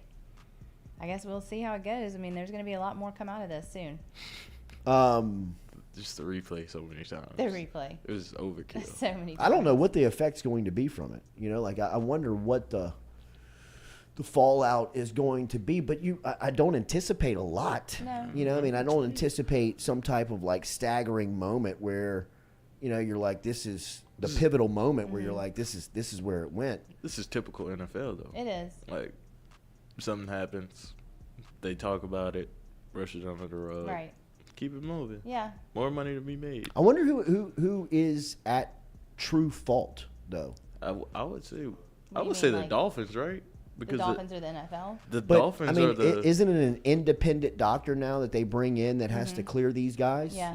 But I mean, it's the Dolphins bringing them in. No. Or is it the NFL? I don't know how that works. I think it's the NFL that brings it in, that brings the doctor in. Well, it's the NFL then, most likely. I mean, but you know they won't take the fault. Probably just kick Raj out there. Somebody's got to take some blame. I mean, it's the NFL, Katie. Yeah, I mean, I mean, are we going to put blame on Tua for we're Tua's in a world where if he doesn't play, he's looked on as if he's not committed to the team. Right. Is what the, you know, like that's the nature of that business. Yeah, I'm not saying that I know the inner workings of the Miami Dolphins locker room and their management, but in football. Yeah, and from for our as much as perspective. we've tried to kick that stigma of what football is, still within the walls of closed doors, there's coaches in there saying, we got to have you. Like, you got to play for us to win. We don't care. And if you're committed to the team, then if you can go, like somebody's probably telling Tua today, you know, like you flew home with the team, man. We're going to get you right. We're going to get you back to a space where we can get the team winning again. And Tua is he's so trained and tuned in because, I mean, I was thinking about it last night. That's what I tell my son. Mm-hmm. You know what I mean? My son's 11. Yeah. You know what I mean? Like, get out there and be tough, man. Go back into the game. You know, not if his hands are clenching up on the field, but just that's the nature of the game. It is. I tell You know what Sophie I that mean? in Like- basketball. I'm like, get aggressive. You're not going to get hurt. Fall down. You're fine. Go when she does go down. I'm like, yes. How does that feel? But then Hurry you up, go back, get up. and then you see last night, you're like, what am I It is doing? like that. Like, what am I even urging am I urging my kid to do this? Yeah, like, is it what's going to take a Tua's moment? saying? Is it going to take a moment like this where you're like, oh, well, I guess Yeah, man. this I don't know wasn't. about this football thing. Yeah, I don't know if this. I mean, but it that's just. been going on for a long time. We've been talking about that. No, feeling that and that's way. what I'm saying. That's the nature of that business. Mm-hmm. That's not going to change. For as much as they want to promote, you know, keeping the head clean and protecting the head injuries and being out in the forefront of this stuff, there's still people behind the doors telling these players, you got to play if you Mm-hmm. can play. Because if you don't, Teddy Bridgewater is going to take your job. Mm-hmm. Now, there's people that probably looked at the game last night and said, Tua, you can take a month off and you're still going to get your gig back. But you know what I mean? Like, it's a next man up. It's a next man up mentality that for as much as they want to promote the good side of football, and there's a lot of good in football, the dark side is really, really dark. And for as much as you want to throw money at it or try to build tents over it, you can't cover it up when it's laying in the middle of the field. I imagine the Dolphins will probably get fined, right? Is that maybe like the worst it'll go? How? How can you find the Dolphins for letting him play? After I would Sunday? find the league. Yeah. There's that. To me, the league is culpable because somewhere, but within the league mechanism and structure, I believe that there's somebody within the league office urging Miami to say, "Hey, look, we need as many eyeballs as we can get. So let's try to recreate that Bama LSU game from 2019. Promote Tua and Burrow. Is he good to go? He's 50. Make sure he's good to go on Thursday night. Now, I'm not saying that there's that, but there's just." I believe that there is that built-in feeling of, hey, Miami, toe the line from the league office of, the deal. We're all getting paid off of television money. The television money tonight from Amazon's paying a lot of people's salary in this league. They want Tua playing. Is he going to be good to go? I don't know. You better make him good to go. Is he good to go? Yeah. Yes, he's good to go. Thank you. Hey, Raj, Tua's going. We're good. I believe that it may not be that blatant, but that exists. That's the structure of how the line is towed. And I think it goes down to even the people that are coaching the game that understand there is almost a built-in responsibility to make sure that the best product of the NFL is always being showcased. Yeah, that's right. Always. Because this is what college football is about to turn into. Because there's going to be television executives holding their thumb on Greg Sankey's head saying, hey, man, you promised me that these schedules are going to be better. What am I doing watching LSU playing New Mexico in the 4th week of the season? Right. So, it all does come back to the dollar. It all comes back to the business. It all comes back to the profit. And when your company is making $11 billion annually, like the NFL does, $11 to $15 billion annually, Tua Tagovailoa's life doesn't mean as much to them as it does to the people that care about him. Well, will there be any backlash from him personally, do you think? Like, to his attorney? I've seen, little inklings of him kind of in his ear, or family attorney, I guess. I wonder what will come of that, if anything. Who's the former coach at Miami? Brian. The one that's suing the league. He's suing the Dolphins. Brian, former New England Patriot defensive coordinator. I think he's now with the Pittsburgh Steelers. Brian Flores. No. Brian Flores. Yeah. Brian Flores.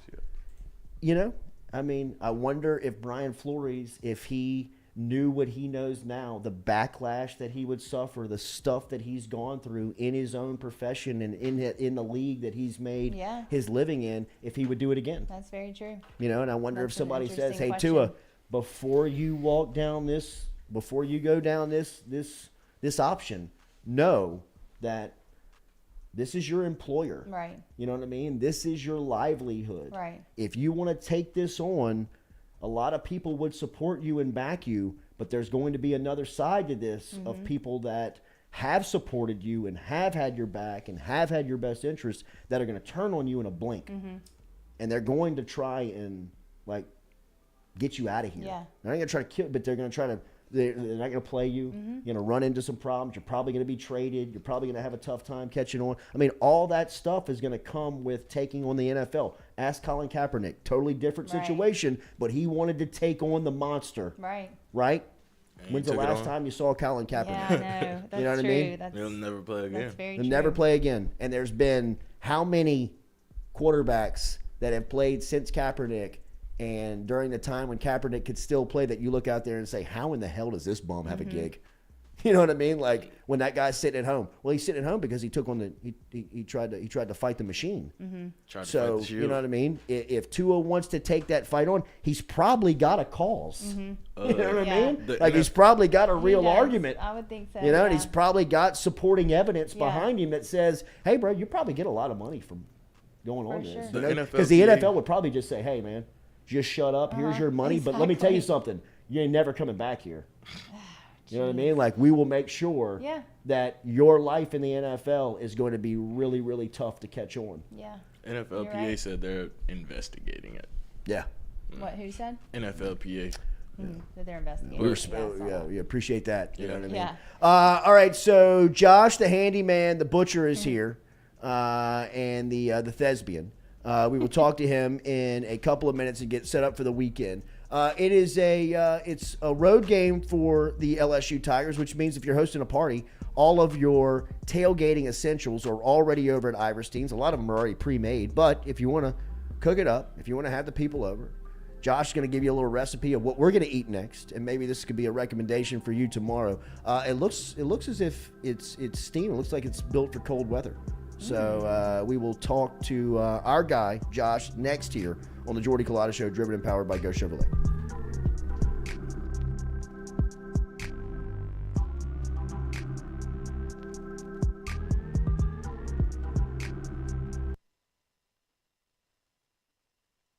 We're all from different places and backgrounds. We've each experienced our own versions of life, but in the end, we're all on the same team. I'm part of that team, along with these players in purple and gold. Kayshawn Buddha, Malik Neighbors, Miles Frazier, Kyron Lacy, Greg Brooks. Whether on the field or in the courtroom, your team matters. So join our team. make a difference. Bet. Let's get it done. Best athlete to come out of New Iberia, Mark Roman? Kayshawn Buddha. Kayshawn? Wow. Right now, Kayshawn, and Mark was a little bit before me. I was a ball boy. When Mark was playing at New Iberia Senior High School. I played like right after Mark. But has done some things, and just the things that you guys are seeing Kayshawn do, that he's not even scratching the surface of what we saw on a day-to-day basis at practice. And he's unreal. He's unreal. He's so natural. It's so so easy. It looks so easy to him. Yes, it's so easy, and there's never been another a competitor I've ever seen like Kayshawn. Kayshawn would not lose going to eat pregame meal. He has to be the first. He is the ultimate competitor. He would not lose. So trust me, he will be ready.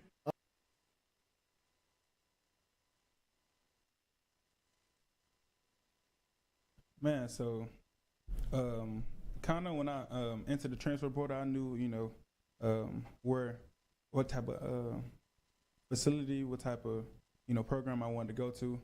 Being that before I committed to Ohio State, my first unofficial was to LSU. Oh, wow. And but that was when Coach O and Coach Raymond was here or whatever. But definitely the coaches, the scheme Kelly, trying to bring in, trying to implement, his way of going, like detailed person. That's where I wanted to be. I knew I wanted to be. Did you have any experience with Coach Kelly? No, I had no experience. No. Really? Who was your main recruiter from LSU? Sherman Wilson. Yeah, he was. Stay consistent. Honest. Just gave it to me straight. Yeah. And this is where I wanted to be. How do you feel about that number at this university playing that position? Yeah, man, I definitely want it. I definitely. You want to come in and prove, to my teammates, not just the coaches, but to my teammates that I got to go play with, that, I deserve it. And once I do that, then, everything is, up from there. Yeah. We're all from different places and back.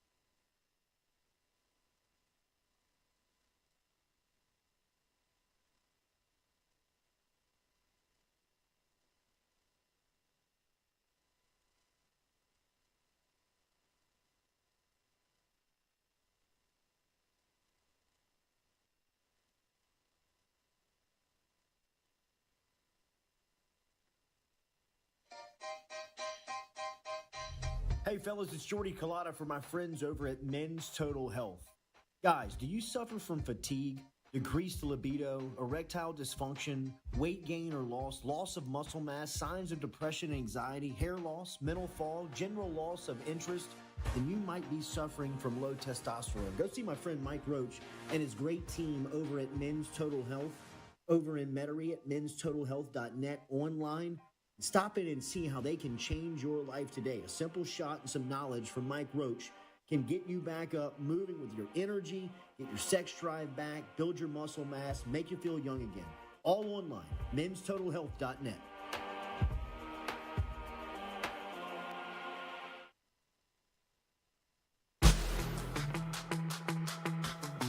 Donaldsonville Glass and Body, Trusted name in frame, body, and automotive paint repair since 1977. They have served their customers for over 45 years. You can find them online at dgbauto.com or stop in and see them Railroad Avenue and Division Street out in Donaldsonville, Louisiana. Look, they can help you with your insurance claims. They can make the repair process as stress-free as possible. I'm speaking from experience here. I've got numerous windshields, body repair, all done by Kenny and the crew over at Donaldsonville Glass and Body. They are, without question, the most well-equipped shop in the area. Stop in and see them today. Shop them online, dgbauto.com, or stop in and see the crew over in Division Street in Donaldsonville, Louisiana. Donaldsonville Glass and Body.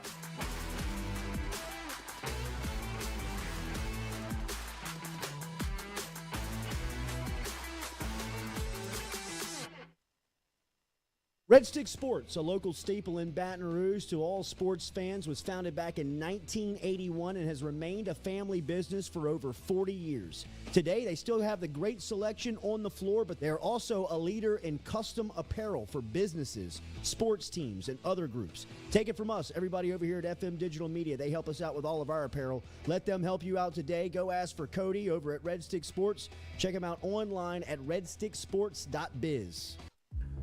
We love the crew over at Fresh Chef Kitchen. Chef Shane and his crew dropping off the meals every Monday here to FM Digital Media, whether it's breakfast, lunch, dinner. Me or the crew's going through our meals over at Fresh Chef Kitchen. Their weekly pre-order, freshly made meals, or you can walk into the cooler over there on Airline Highway. They have that fresh, same service over there at Fresh Chef Eats. FreshChefEats.com is where you can find them online.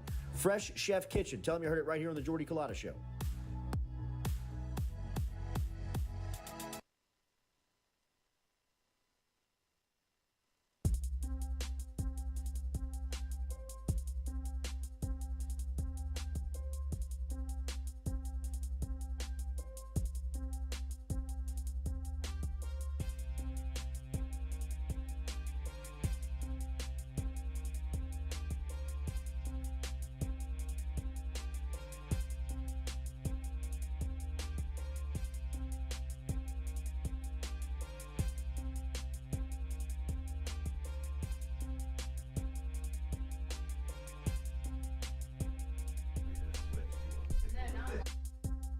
Welcome back here to the Jordy Culotta Show, driven and powered by Go Chevrolet. As always, remember our friend Bilbo T. Baggins is looking for a Tahoe. There's only one spot, Go Chevrolet. Brand new cars down in Laplace and used cars here on Sherwood Forest and Florida Boulevard. We are right now from Go Chevrolet. Okay, that's enough from you over there. All right, Bilbo, you can take that off your hands. Yes. I've had it for a long time over there. They're wondering where that Tahoe is. It's coming back. It's coming back. I am eating chicken and sausage gumbo because it is below 80 degrees here in South Louisiana. And it's good to see our thespian friend, Josh the Butcher, and the handyman who are here is doing some concrete work. Pretty solid concrete work you got going on. Who knew he was in the mob, too? I paint houses. Right. I'm a contractor and a trash man. I got somebody you could put under that concrete parking pad. Give me a little time. A couple of people. Yeah, give me a little time. I'll get you a body. Josh, what am I eating? You are eating a classic chicken and sausage gumbo. Smoked chicken at the Iverstein, so it is a pasture-raised chicken, great chicken. Fresh. Our house Cajun sausage. It looks like a little Trinity, a little roux. I'm always really interested in gumbo because, well, it's fantastic, but I'm always interested in people's rules. Yeah. You know, so I'm going to throw it because I just found out about this chat. Let's throw it to your chat if you're listening. Oh, yeah. Tell me what can you found out about it, buddy? I did, yeah. Wow. Do you put green onion, celery? Is the Trinity and stuff? Is that acceptable in a gumbo? I like just chicken and sausage with seasoning. And without the onions and peppers. I'll do onions, but no peppers. Okay. Yeah. I'm into that. So, I don't have rules. I'm not from here, though. But I do put my potato salad in it now, and I don't know. I would stick to the Holy Trinity rule, bro. You think so? I would stick to the Holy Trinity. Okay. But you don't have to personally, right? Yeah. I mean, nobody's gonna come after you. I don't put tomatoes in it, you know. So I'm not watch like, yourself. Okay. End up in that concrete, bro. But I'm always interested to hear like people's. You can't put, you know. Yeah, people are weird about it. You can't do this. I have had a duck gumbo, which was really good. I like duck that and too. okra. So I have had some like fun homemade ones, but that's what you're having. Of course, you got the rice, you got to have the potato salad. If you're like me, you have to have a little French roll, a little po' boy bread to dip in and kind of mop everything up. Because it's perfect. It is perfect. It looks like the majority is saying always go with the Trinity. Okay. Yeah. So take me through the process. How'd you cook this? So you just like a standard roux, which I still, thankfully, there's like an actual chef in the kitchen to kind of, I'm just kind of like watching, because a roux is still, like 50-50 I'll mess up a roux. Oh, yeah, no doubt. Yeah. I So agree. I'm like, I am the cheater. I'm from the north. What do you expect? Yeah. It's like, but it's like, I will get a jar roux for the house. Ooh, sorry. Yeah. Can we edit that part? Yeah. you throw some seasoning in there. This is not jar roux, I promise you. Yeah, This is from doesn't taste Iverson's, like it. but this is from our grab and go. So you can come in, grab it frozen. It's in the quart, and I pretty much put it in a pot frozen when I got here. So it didn't take but 10 minutes to kind of get to a boil and let it simmer for a little while. What about the rice and potato salad? Is that cooked there to pick up, or do you cook it? I cooked the rice, and we would cook it I at did home? not cook the potato salad. If I did it, that's what we would be talking about, because it's that damn good. But The potato salad on the gumbo is the play. I did think so. I had it at a restaurant down here. I can't remember. My wife and I first started dating, went to a dinner with her family, of course, to get to know the family and everything. And it was a nice Cajun restaurant out in the Ascension area, and I wanted gumbo. And they brought out a side of potato salad. Yeah. I love potato salad. But I didn't know that it was like, that's what I was supposed to do. And I ate the potato salad, and then she brought out some more potato salad. I said, what's going on? What is You're this like, all what did you about? do? What's Put your problem? it in there. Yeah, my Are you father-in-law was bullying me? You got to put that, you did it in there, and it like blew my mind. Right. That's funny. It's so good, though. And so It blew now my mind the first time too, but I'd put it all in there. I can't imagine it now without. Me either. I can't. love it. I do make a gumbo when I go up north. So usually like during the Christmas time. Blow their mind? Oh yeah, they love bet. it. Really? They love it, and they love my crock pot jambalaya. Is it too spicy for them? For my grandma. Yeah, is it? Yeah. It's too much of a kick, huh? Yeah, a little bit. I mean, my grandma's like old school German, so Right, it's right. like ketchup. She's like, whoa, water it down. That's too salty. But my family isn't. They're fine. Yeah. I've never cooked anything. Yeah. I like a little kick on mine. I think less salt as the years have gone by for me.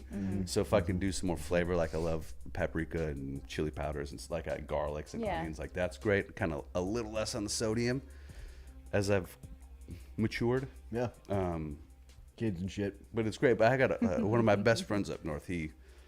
I bring him a jar of roux, because that's just what we do. You can fake him out. Yeah, they don't know. Here's what the locals love, buddy. But You're a Louisianian now. He loves every time I come up. He said, "Man, you gotta bring me another one," because he does the same thing I told him that we do. I said, "I make a big pot, right? Like the big quart pot." My wife bought me one for like the wedding, and it was like that was one of my favorite things of feeling like I'm part of Louisiana. It's like I have like a gumbo pot that I've been kind of using over the last few years, and it's like it's getting its age. But I said, I make the whole pot. It's just me and my wife. Yeah. Well, she taught me you put a couple bags in there. So we Right. put a big freezer bag, and then we do a couple sandwich bags, because those are perfect for individual. That's a great idea. Yeah. Put it in a sandwich bag, then you have like an easy one serving for the next day. Yeah. So if someone's going to work, they can just take that. Not have to break open the big bag. Right. So he loves it, and so he started doing that too. And he likes andouille. I like andouille in mine. It's a little too smoky for my wife, but I prefer andouille. I like it too. I do too. What about Chicken. a seafood gumbo? Does anybody like a seafood Yeah, we used to do gumbo? that at Christmas. People do. My dad does. My dad spends the entire Christmas Eve making a seafood gumbo, and it's one of the worst things you'll ever put in your mouth. And he spends. Was anybody telling that? No. That was because somebody. he starts in the I thought morning. we've gone over and this. he Everybody does- needs somebody in their life to tell them the truth. Because he needs that, he kind of needs to keep himself that's fine. occupied. But he starts with the Holy Trinity. He does it all from scratch, and I mean, by the end of the day, it is this huge, horrible pot of seafood gumbo. I mean, can you just tell But me he's now? not I'm going to throw it out again. Here. I mean, he's from Mississippi. Like, he just doesn't really Everyone have a in your place life doing seems to be a horrible cook, and right? I just want to know: am I being be truthful with me? Is this stuff any good? Yes, it's good. Because I don't want to leave, and then you're like, I can tell by the way you really attack Okay, well, I mean, it is 8:30, and I have a workout right after this. So it's kind of hard to do Pilates. Okay. It's like school. Yes. Katie, give me that thing. Josh, you're a great chef, I'll put it in the fridge and eat it when I get back, though.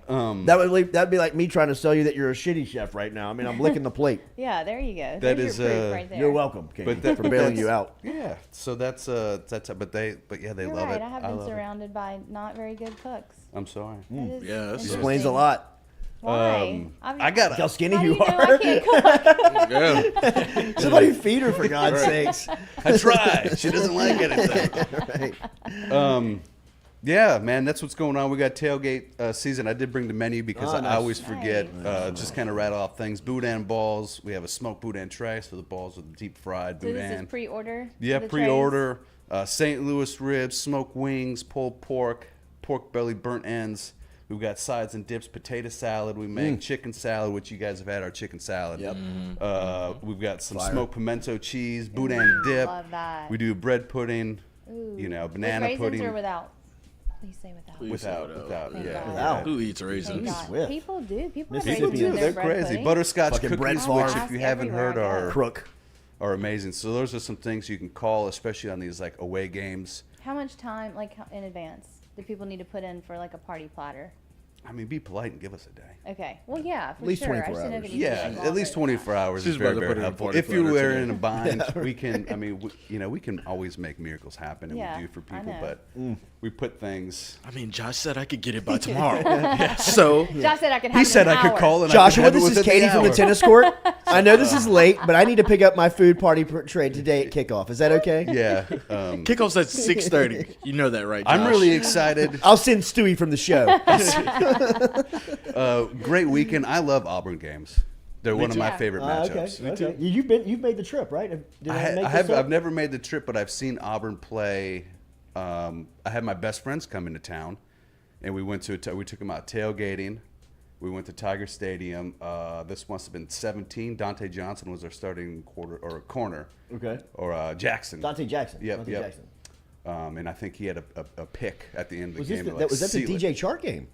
Was it the punt return, DJ Chark? 17 was DJ Chark. That's what you said, 2017. Yep. Yeah. It was. Yeah. It was. So that was a good and That was a great game too. Yeah, It was. we went out. We went out. It was hot. Yeah, we went out. We took them out tailgating during the day. We had a little pasta lie. They got to see the whole sort of thing. So that game's always been good.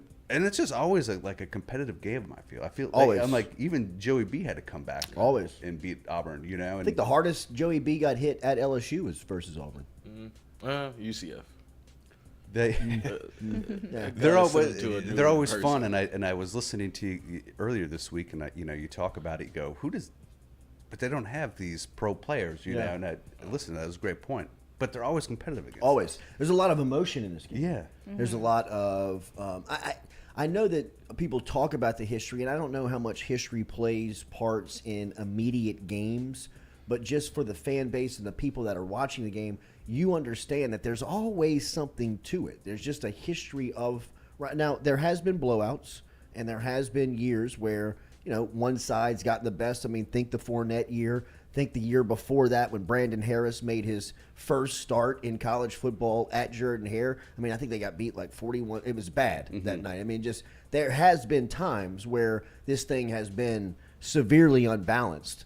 But for the most part, it's usually a very emotional, very evenly balanced game. Now, the talent does not stack up like it has in years past from Auburn's side to LSU, but you kick this thing off. 9 points, LSU is a road favorite in this game. I can't remember the last time LSU's been a 9-point road favorite in the league. I mean, outside of 19, but I mean, like, at Auburn? Bro, I mean, like, that's got to be highest spread ever for the road team in this series. Oh, that's high. And it started with Auburn -1. So I mean, it's just it's danced all over the place. Yeah. Auburn's just in a bad spot. That would be, you know what I mean? They're one they're in a bad spot. That might be one I stay away from if I was a better person. Yeah, I probably wouldn't touch it just because there's a lot of points. Especially you said like if Auburn started -1 and now it's LSU -9, like that just tells you something. Like a little swing there. Yeah, like, I don't want something's going on. Yeah, but I think money it's in going to be Vegas. great.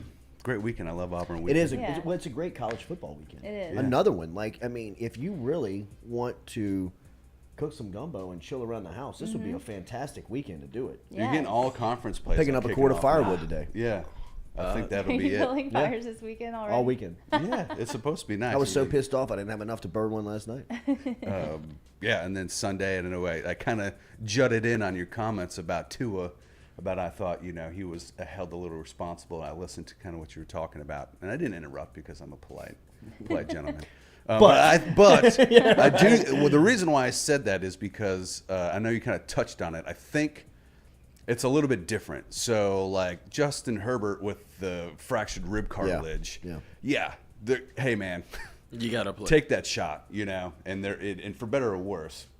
And he's kind of okay, and he did. He played last week, and he's going to play again this week. Now, Tua had a head injury, and if you look at that hit from last week, and he gets up and he tries to walk, it's clear to everybody who watched the game. Oh, wait a minute. Yep, that's like 2 weeks minimum. I saw that happen, look, man. and it's bad. So when they come out and say he's going to play Thursday night football, I said, and he came out and said, no, it was a back. Okay, so some of it has to be on him because I think there may be that. You talked about taking down the machine. There is a lot of money if they try to get Tua to play for this matchup, and Tua doesn't want to go along with it. I mean, he could take the NFL for half of what it's worth if he can prove that hey, they pushed me to play, and I wasn't ready. We had a private guy come in here. I vocally said that I did not want to play. I didn't feel comfortable. I've been woozy all week. I clearly got messed up.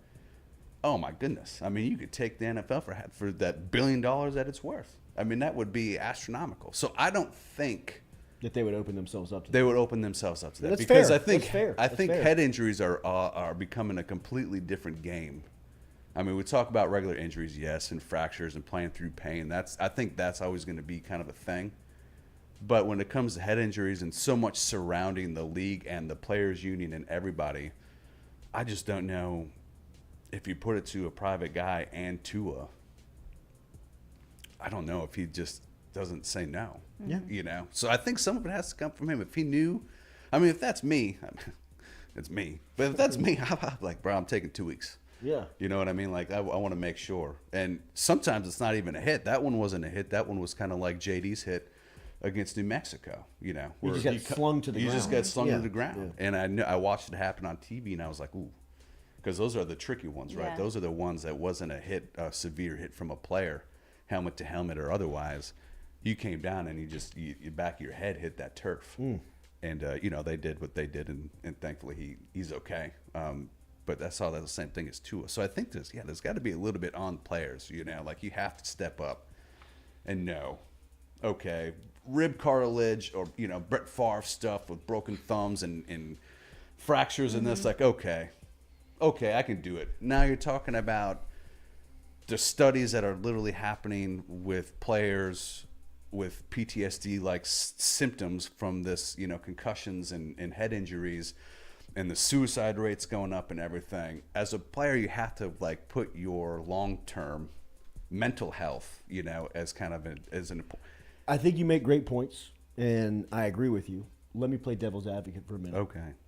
If you're on a rehearsal, or if you're on a tryout, audition. An audition.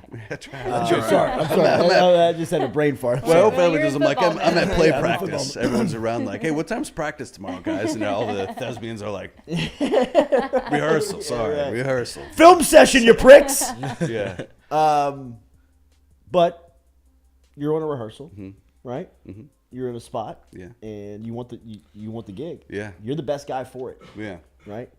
But something physically is holding you back, but it's up to you to alert them that I can't do this. Yeah. And if you don't, you could probably get away with probably doing it Yeah. and not opening it up for me Right. to get the gig. Would you speak up? I mean, now it really depends, I think, because things are becoming more aware. I think just in society with sports, with everything, you know what I mean? And so I More think people are recognizing that? more people Yeah. are recognizing of like, hey, like, we don't have to be bullied or pushed into do something that we feel is unsafe, uncomfortable for me or another person. You know what I mean? I think when you're getting around like plays and movies and stuff, it also becomes about the other person, right? So if it's unsafe for me, like if we're doing fight choreograph, right? If we have a sword fight, which I'm trained in single sword, it's like if we're doing a sword. Samurai. Yeah. Are you serious? Yeah. It's like you come up with It's like a unreal. new thing every week. And if you're doing your thing, obviously it's not real. But I mean, your swings are weird. And now if I'm Right. feeling like Yeah. I've got the flu and I'm feeling noodle arm, like it's unsafe for you. Sure.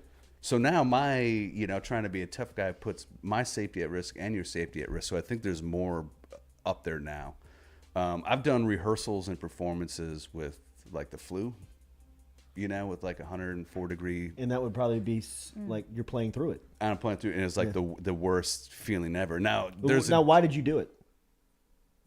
To secure your spot or to be the team player? We were in a run. I did it because everyone else is also depending on me, So it was kind of like, I could back out because I had the flu or. Right? Like, so I get your Tua sentiment, but don't you think that Tua feels the same way looking at his teammates and saying, hey, fellas, we're all turning around from Sunday to Thursday. Yeah. I owe it to you. I think so. I mean, I think there's going to... But I understand what you're saying, too. Like, I really do. I mean, I think even in 2022, it has to be somewhat of a ownership of a player to say, I don't know if I can do this. That's kind of where I'm getting at. And I get it. Like, everyone is competitive, especially when you play sports, right?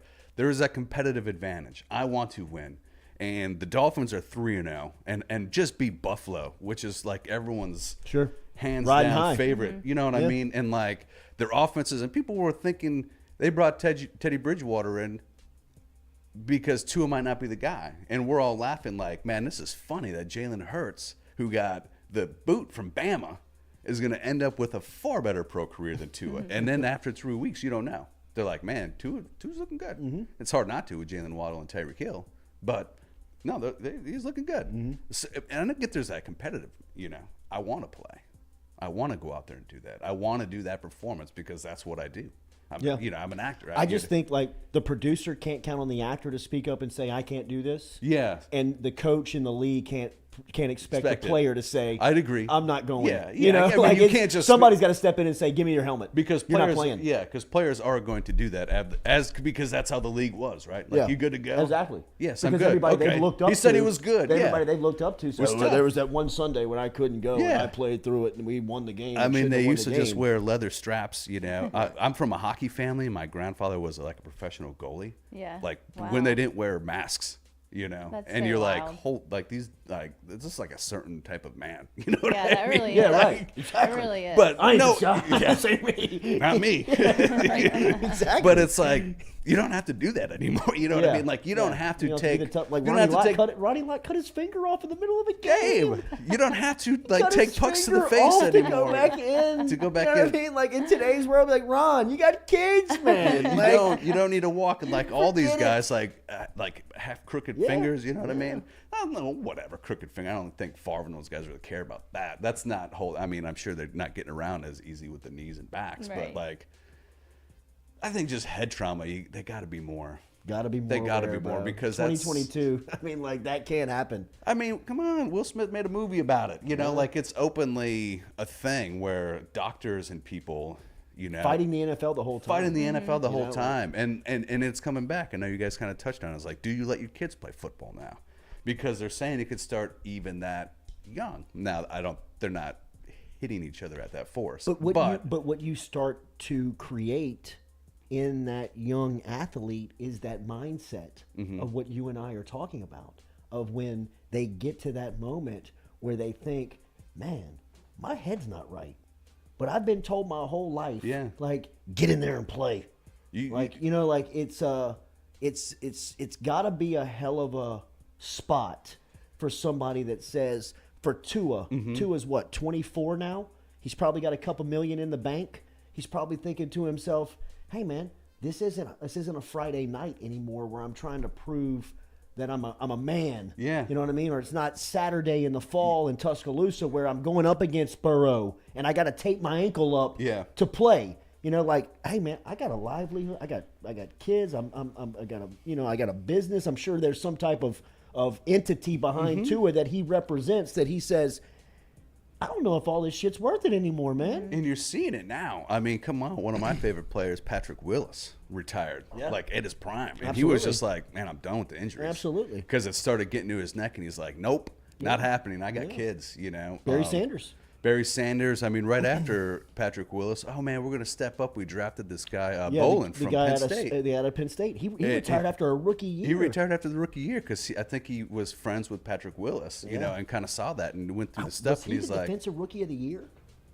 I want to say he was one of like the best. I think he was one of the best players in that class. We were like, we're going from, you know, Patrick Willis, Navarro Bowman to this guy. We're like, oh, this is, I mean, now we have Fred Warner, which is great, but it's like, if Fred Warner would just like retire, it's like, man. Luke Kuechly, I mean, you're starting to see that these players are taking responsibility. And it's good for them because they probably have the money and like, you got to know. Calvin Johnson. When you're taking those hits to the head, you have those. And I think, you know, there needs that needs to be what we're talking about in high school, right? When we're doing these, you know, play 60s and these like trying to bring awareness, like, hey, I get what you see, but no, like, heads are different. You know, obviously, if you can kind of walk and it's limp and it's hurt, in high school, whatever. I mean, I got knocked out cold in high school ball, you know, and had the smelling salts and. I know. I was at an 8th grade game Monday night, and a wide receiver got cracked going across the middle. And his eyes on the field he was out. Yeah. Now he came to. That's so scary. And he got back off the field. Yeah. But he was knocked cold out. You got to have for 10 seconds. You got to have, you know, now like a minimum of 2 weeks off, I think, especially at like high school young level. You know what I mean? Like it should almost be that way. Like there should be some rule coming out now. It's like when you can't hold yourself up and you fall like Tua did, the league should step in or the NFLPA or whatever say it's a mandatory 2 week minimum with. Now he can start, you know, team activities after a week if he's cleared, but he's taking this week off. He can be in meetings if he's, you know, like if he doesn't have a headache, I guess, and he doesn't need further monitoring. But like something like that can I think easily be done to help. Now, you know, then you start talking about that competitive guys. Well, shoot, now you start talking about, you know, taking $500,000 from a game check. Right. You know what I mean? Right. Pay the man. Pay him. Yeah, absolutely. Let them collect their game check while they're being hurt because, you know, I think that's the image that people have problems with the NFL is the whole image of like, they don't care about these players. And it's like, when you do things like that and you refuse to pay a man because you have to make him sit out for an injury to protect his future. You write your own suit. You right, exactly. You know what I mean? You don't want to cover retired players' health care costs. Like, yeah, man, that's a problem. Yeah. You know, and I think they have these opportunities where they can change and really kind of work with the players' union and say, let's come up with this rule and let's not ding the player. We're going to cover them 100%. They make $11 billion a year. Come on. The money's there. It's there. You know what I mean? Like the owners need to, and you know, they keep fighting it every year. Owners need to, I mean, owners need to realize who actually is responsible for making that money. You know, I don't tune in to watch Jerry, or I couldn't even tell you another owner name. You know, Arthur Blank, yeah, or the Adolph Blank, Art Rooney owned the Pittsburgh. You know, like those, like Mara, I think was the Giants or whatever. It's like I don't care. Sweet Gale. You know, yeah, you know, it's like, unless it's your local, you don't know. So I'm not showing up to see ownership. I'm there for entertainment. I'm there for the player. I'm there to see Tua. I'm there to see Joe, you know, whatever player's on your team, you know. So that's unfortunate. Bro, the no beard look has grown on me. I like it. I don't. I do too. You don't? No, I leave Are tomorrow. you in the process of growing it back? Yeah. Okay. I leave tomorrow. I'm heading back home, back to the north. You're going to scare them.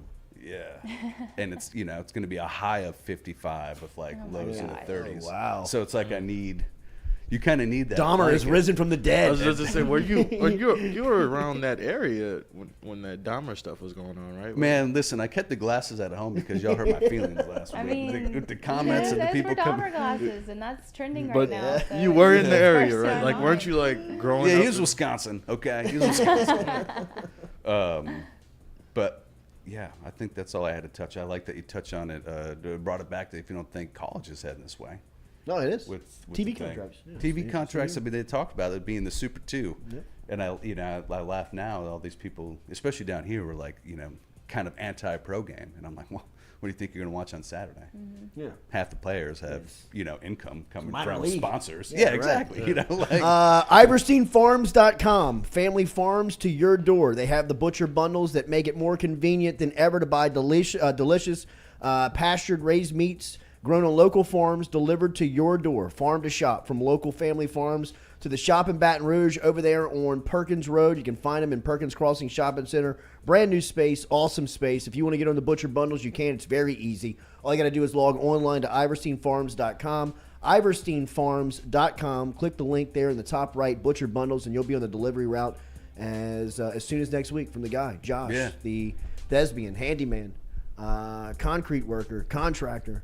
do it. If you have trouble, trouble getting access to quality meat, and you kind of care about, hey, I live, and you can live in Baton Rouge and be on the other side of Baton Rouge, and it is not convenient. Mm-hmm. So if that is you, and it's hard to kind of get into a shop that's local that every week for groceries or once a month for groceries, this is where we excel for you. Mm-hmm. We will come out to Ascension, to the other all areas of Baton Rouge, Ascension, Livingston, whatever Denham Springs is in, whatever Brewley's in, like those areas. Denham Springs is in Livingston. Port Allen. Brewley's West Baton Rouge. West Baton Rouge. So we will come. Yeah, we'll come out to these. We'll come out. Yeah, we do. I do a Geismar trip out in Iberville. So yeah, if that's what it is, like that's where we excel. Yeah, so come into the shop. We love to have you because we have breakfast and lunch and everything. Qualified, expert butchers there. So. To have conversations with. But I don't think people think that. I think people sometimes feel intimidated. They don't want to go in and ask these questions. We love it. We want you to have a good time and walk away feeling like you're going to enjoy game day on Saturday because you picked up this brisket and you have all the confidence to cook it, even though it's your first one, or your ribs or whatever, So come on in, speak with us, and then we'll get you on the route so then you don't have to come in as often.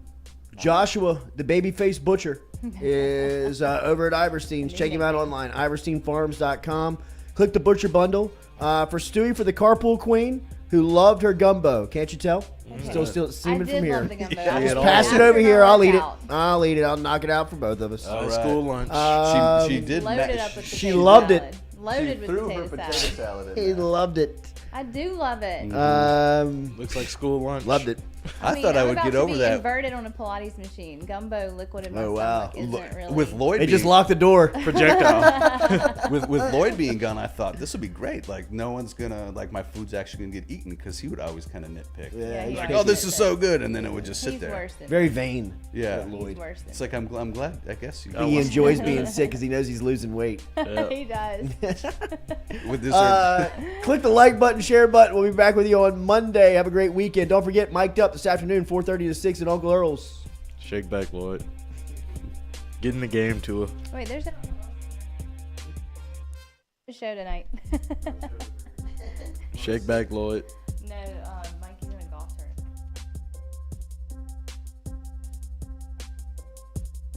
If Tua can play, you can too, Lloyd.